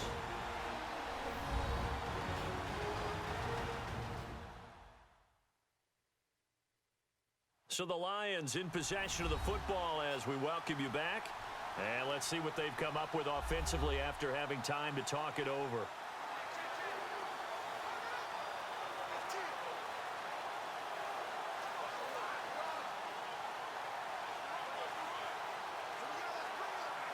Second down to the offense in search of 6 yards.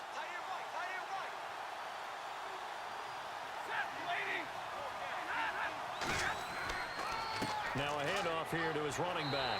And now they're going to get him down right at the line of scrimmage. And now a timeout called by the Cowboys defense. It's just their first. They've got 2 more to use here in the final stages.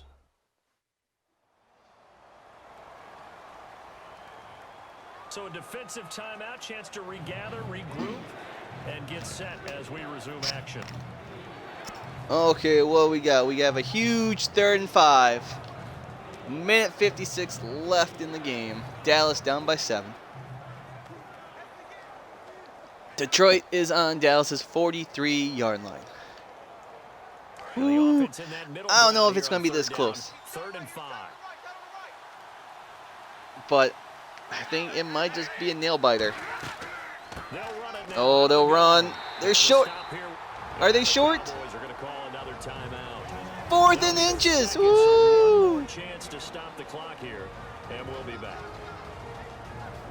That was a close one there in my mind. So, buck 53. And now following that timeout, the What will Detroit do? Will they punt? Will they go for it? Will they kick a field goal? That's a long field goal.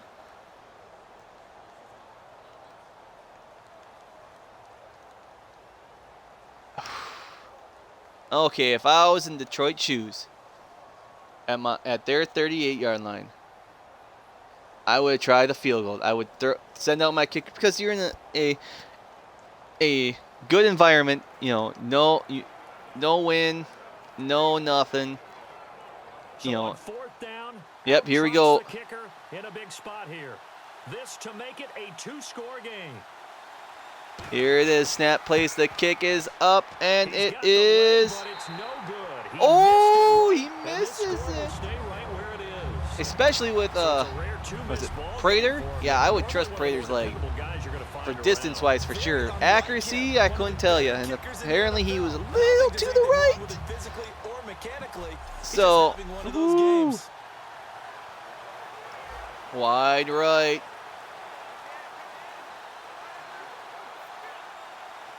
So the Dallas with a $1:48, a minute 48 left with one timeout, plenty of time, plenty of time.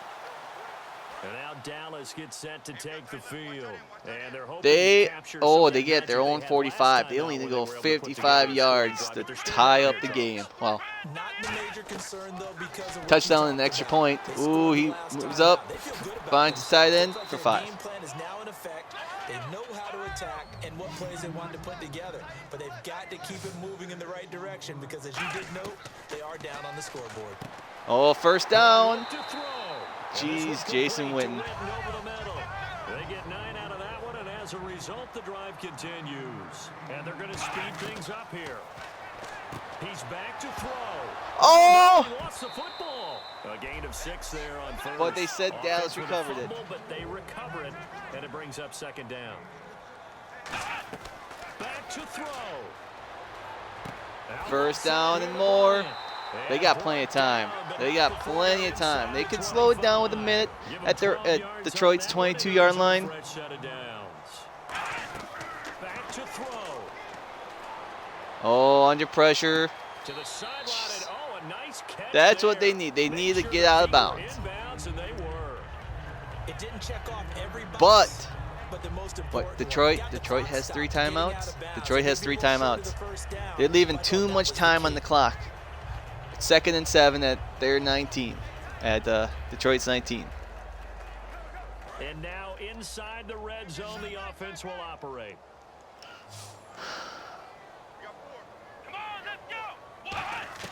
He'll look to throw. Oh, his Side complete to Escobar. And he'll be Escobar, out of he bounds, gets taking out of it bounds just shy too. of the 10 at the 11 or the 12. That's 46 what they need right now. Get the seconds first left. down, get out of bounds, stop the clock. Just playing smart football, understanding the situation, making the plays necessary, and making sure that clock stops at every opportunity.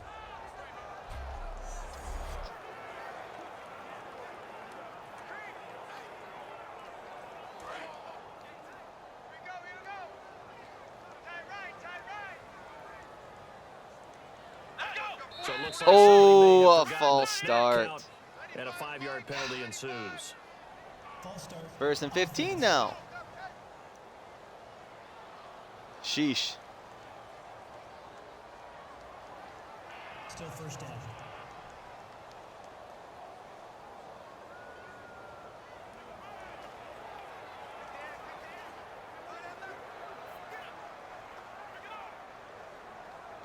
And here comes play number 6 on this drive. Always nail biters right here. Prescott. And he Oh, throws just this overthrows away. his wide Smart receiver. decision Good, here. good Gets close to the overthrow. end zone, Don't and it want brings up second down. throw it to somebody, but now it's 2nd and 15. With 42 seconds left, they can still get first down Following the at the incompletion. 2-yard line. But that's when they might need to call timeout then.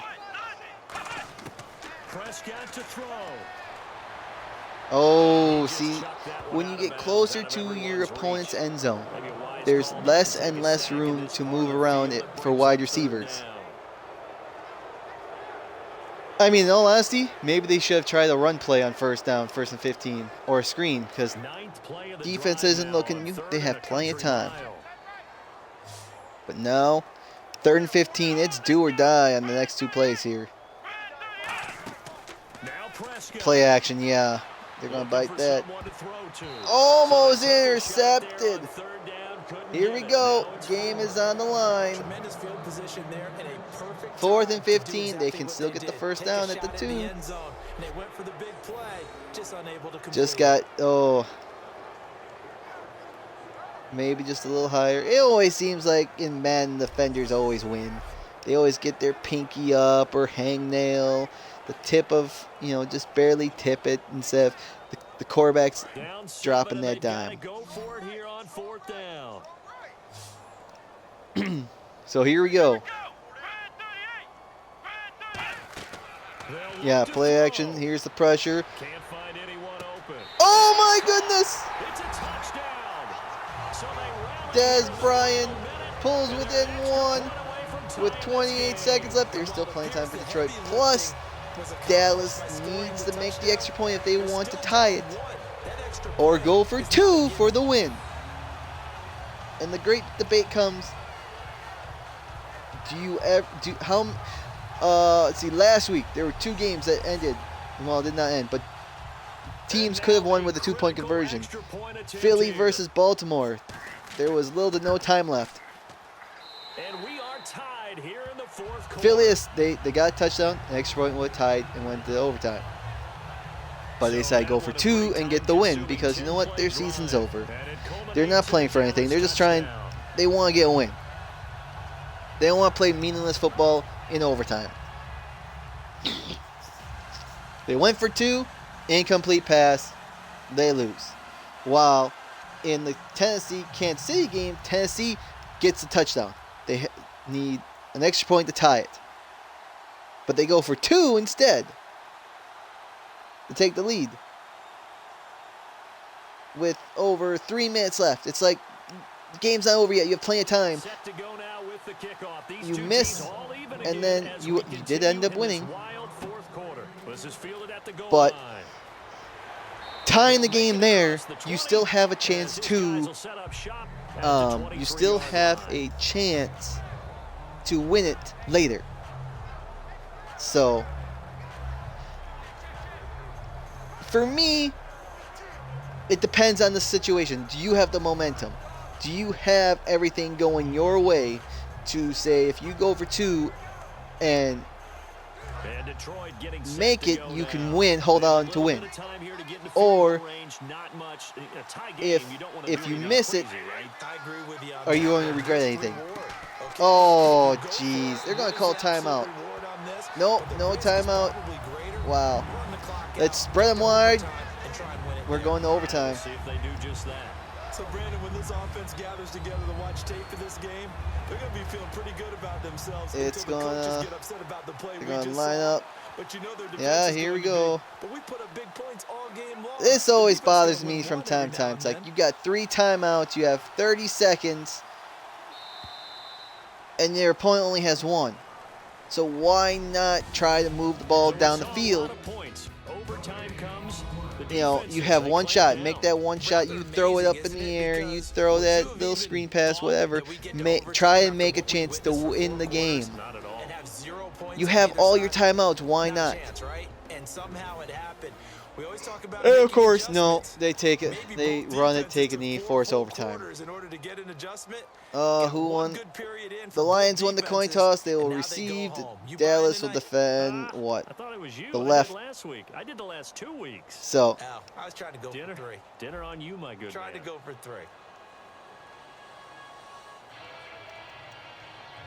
so Detroit, they will have a chance to win it.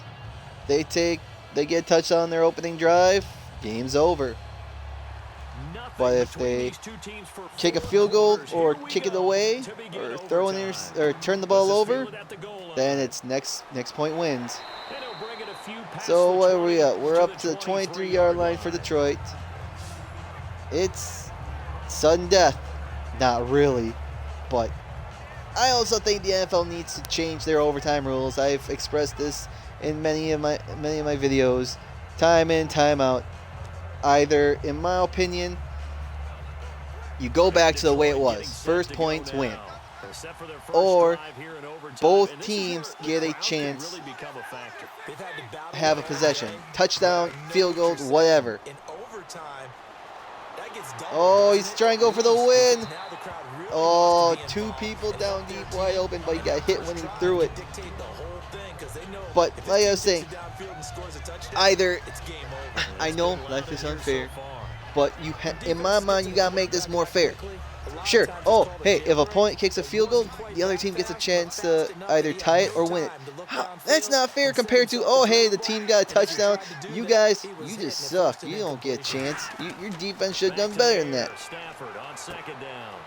And it's like, no, There's no equality. There's no fairness there.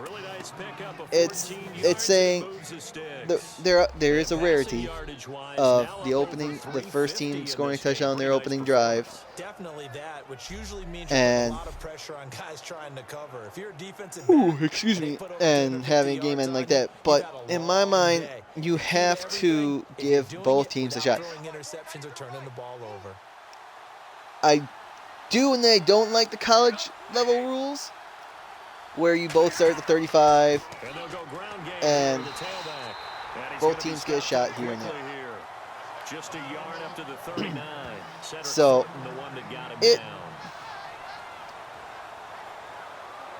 I don't know how to play it, but I'd rather see a better solution for overtime. Either go back to the way it was, where it's sudden death, first points win no matter what. You get in field goal range, and the kicker wins it for you. You know what? The kicker is a player. He's on the team. Why can't we have games ending with kickers? I've also introduced, if a game is still tied after 15 minutes of play during the regular season, you bring out 5 non-place kickers to attempt field goal attempts, and you keep going until one team makes more than the other, just like penalty kicks, a shootout in soccer and NHL. I want a winner. I don't want any more ties. And if this game ends in a tie, I'm going to be mind blown, mind boggled. If Madden predicts this game ends in a tie, we still have 12:51 left in overtime. And I hope, when I do my playoff simulations, I hope I can playoff rules.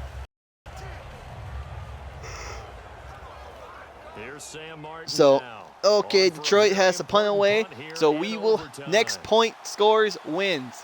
Field goal, touchdown, safety. If any points are scored, we will have a winner. Touchback. It's a little too close to the goal line, and it continues into the end zone for a touchback. So what we got? We still got week 17, one more week. Madden has a chance to finish the regular season with a winning record, depending on how the result of this game ends up. Or a losing record, or have a tied record. As I would have done 17 weeks, but I would have done 18 games. And we got wild card weekend, divisional round, NFC and AFC championship games, and the What If Bowl and the Super Bowl. Oh my gosh, that was a nice run there by Elliott. So here we go. Dallas is moving the ball like they usually do, hand it off to Zeke. And Zeke just that spoon, keep on feeding, more. I'm not a big fan of that, but I would approve that more than jumping into the Salvation Army kettle. Keep feeding the ball, yum. Not a big fan of that. But you know what? Like I said, I'll take that over jumping in the Salvation Army kettle. Woo! So what we got? 2nd and 6. Under 12 minutes. We'll be at 11:30 or so. You can come back and run essentially the same play again. Continue to move the ball on the ground, or you can decide to throw the ball now. So we got 11.5 minutes. 2nd and 6. They're at their own 34. Dallas. Another handoff to Zeke, but Detroit was waiting for them. I mean, Dallas needs to move the ball like they did on their final drive. They got to play like that. What a nice play by the defense. Stepping up on that one. Maybe they'll get things going in their direction after a play like that. So 3rd and 10 at their own 30. They got to get to the 40. Clock slowly ticking away. You only 4 minutes in overtime. That's like nothing. But it's usually when you get to past 10 minutes. Oh, first down and more, Dallas. It's usually, the first 5 minutes of overtime, if you last that long, it doesn't seem that much. But next thing you know, when you see 9 minutes left, 8 minutes left, 7 minutes left, it's like, ooh, we're slowly, we're running out of time here. Earlier in the game, it was touchdown or interception. Now he got to the check down. A nice safe throw. So here we go, 1st and 10 at their own 43. And of course, they hand the ball back off. And he'll take this one across the 45 up to about the 46-yard line. A gain of 3, second down. That, you know, trying to get back to establish what got you where you are today. Now we're under 10 minutes. 10 minutes and counting. 2nd and 7 at the 46. Play action would work. Would be really nice, I would think. Oh, not even. Oh, but he checks off to Elliott, who's out of bounds. So 3rd and 7 again. Or was that Escobar? Whatever, whoever. It was Elliott. Elliott, yep. But 9.5 minutes left. Time is slowly slipping away for both teams. They gotta get to Detroit's 47-yard line for a first down. Oh, it looks like a screen that fails. Lance Dunbar is running back the intended target. 4th and 7. Sometimes the coverage is so good, no matter what you're doing on offense, you just can't shake anyone free. They try their best to find someone open, but they took away every passing alley, every angle, and shut the play down. So they got to punt the ball away. 9:29 left prior to the punt. Snaps good, punts away. High, ugly punt. It goes out at the 34, Detroit's 34-yard line. That's what, a net of 20 yards or something like that.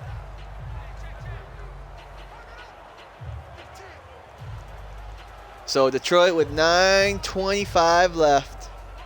They have it at their own 34. Good field position. They just need to get in the field goal range. They missed a field goal near the end of about a minute left or so of regulation. How about the tension right now? It is ratcheted up, isn't it? I mean, it's doing.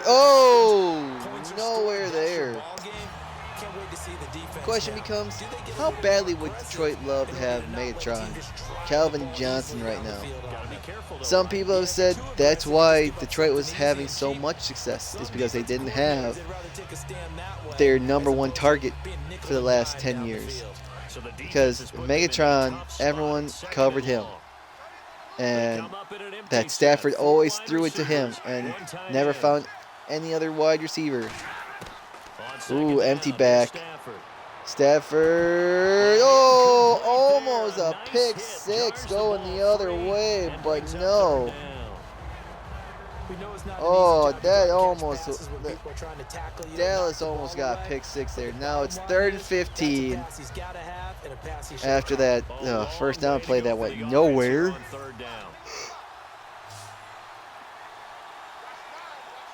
Two to the right, one to the left, and one in the back. Stafford takes the snap. He's got his man for the first down and more. Anquan Bolden, wow. I mean, before the beginning of this season, I didn't realize he signed with the Lions. He's been, the standout in Arizona. Then he got traded to Baltimore. Then he played in San Francisco, and now he's with Detroit. He's still got it. But here we go. We're nearing 8 minutes. We're almost halfway through overtime, and they take a snap at Dallas's 49-yard line. Here's a run. Eventually, here comes a run. Yeah. And nowhere to go. Loses a yard. We're running out of time, folks. Next snap is probably going to be at the 7:30 mark.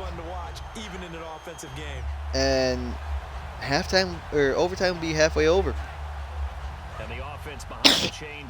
Excuse me. If Anquan Bolden did not stumble, he might have been gone. At least he would have been field goal range. Another hand. This time it works at least. I was surprised with another handoff there, but whew, he did what he needed to do. I think that was a good run right there. A bunch set, two to the left, to the right. Thinking pass play, but delayed handoff got him 8 yards.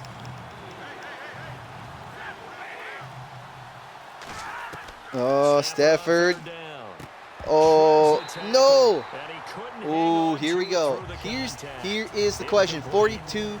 You're at the opponent's 42-yard line. 6:44 left. 4th and 3. Punt or kick it. Oh, they're punting it. Oof. I think they should have kicked the field goal in my mind. And he deserves a bronze leg as he gets this one away. Out of the 23, still that's only a net 20. So Dallas with 6:41 left in overtime. Excuse me. Takes over at their own 23-yard line. 2 timeouts. Best running back, quarterback, rookie duo of all time. And Dez Bryant. Oh. As they head to the field now, with the game. That's play action. There it is. Prescott's under pressure and incomplete. I really thought that play was going to work. 6:35 left. Now time becomes an issue. Detroit forces a 3-and-out, forces Dallas to punt again. Detroit will be in business. Oh, and they hand off to Elliott, but he gets out. Oh, he's at the 40, 45. He's almost to midfield. Woo! 6:29 left. Oh my goodness! Oh my goodness! That was something Dallas needed and needed a lot. Needed big time. Nice run by Elliott. No one can get there and disrupt it. Is the biggest key the left tackle?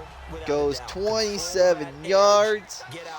Get closer. They're closer now. They just need to get in field goal range to end it.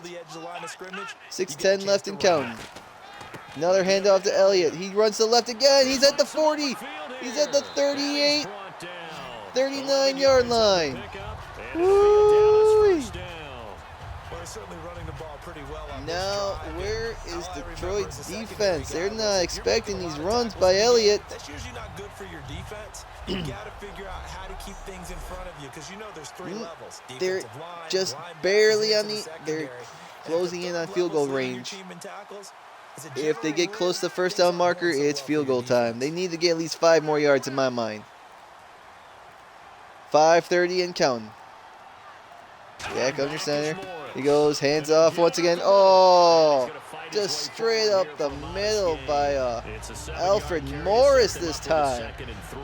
Detroit's defensive line is just 3 straight runs, 3 big gains. It's just ridiculous. 2nd and 3 at Detroit's 32. We have 5 minutes and counting. This one's almost in the bag. Dallas. Prescott under center once again. It's another handoff. Morris. He gets 2 yards. 3rd and 1. About 4:40 left. Does Dallas kick the field goal now? They end it now. They bring out the stake. Nail in the coffin. No. 4:15 and counting. It's another handoff. Elliott gets the first down though. 4 minutes. They're playing conservative. They're just run the ball now. You know the defensive guys, they're trying to get down and get low and get leverage on the offensive lineman, but they didn't allow that to happen. They created a crease and allowed him to get through for a first down. So it'll be first down here after the run. So we have 3:35 left and count. Another handoff. Oh, first down and more. Down to the 15-yard line. 12 yards there as they move the chains. And the tackle's made one of the secondary members. And I can guarantee First and 10 at Detroit's 15. There will be about 3 minutes and counting. Oh, and Dallas brings out the field goal unit. Timeout Detroit. Timeout Detroit. You know what? I just keep running it. But yet you don't want to cause a fumble. You don't want this and that. Is this 3:05 left? Game is tied, 34-34. The ball is on Detroit's 15-yard line. Dallas brought out their field goal unit. Detroit calls a timeout.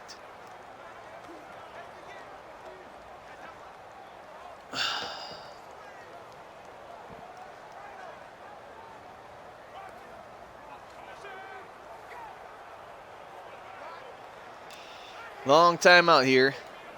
What is Dallas going to do?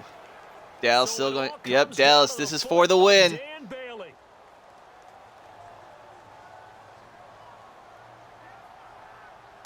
Snap, place, kick is up, and it's good.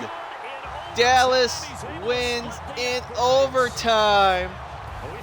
Woo, so glad it did not go the whole 15 minutes and end in a tie.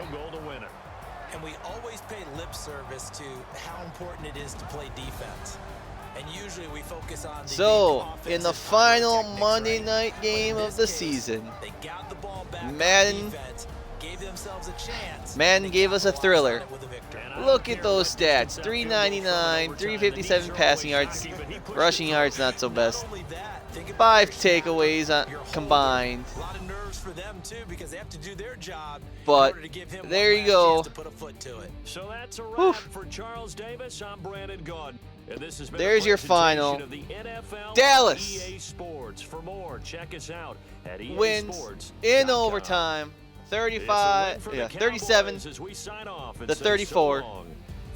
We will see if Madden goes into week 17 with a winning record or not. So thanks for watching. One more week of the regular season left after this week. It's going to be a fun one.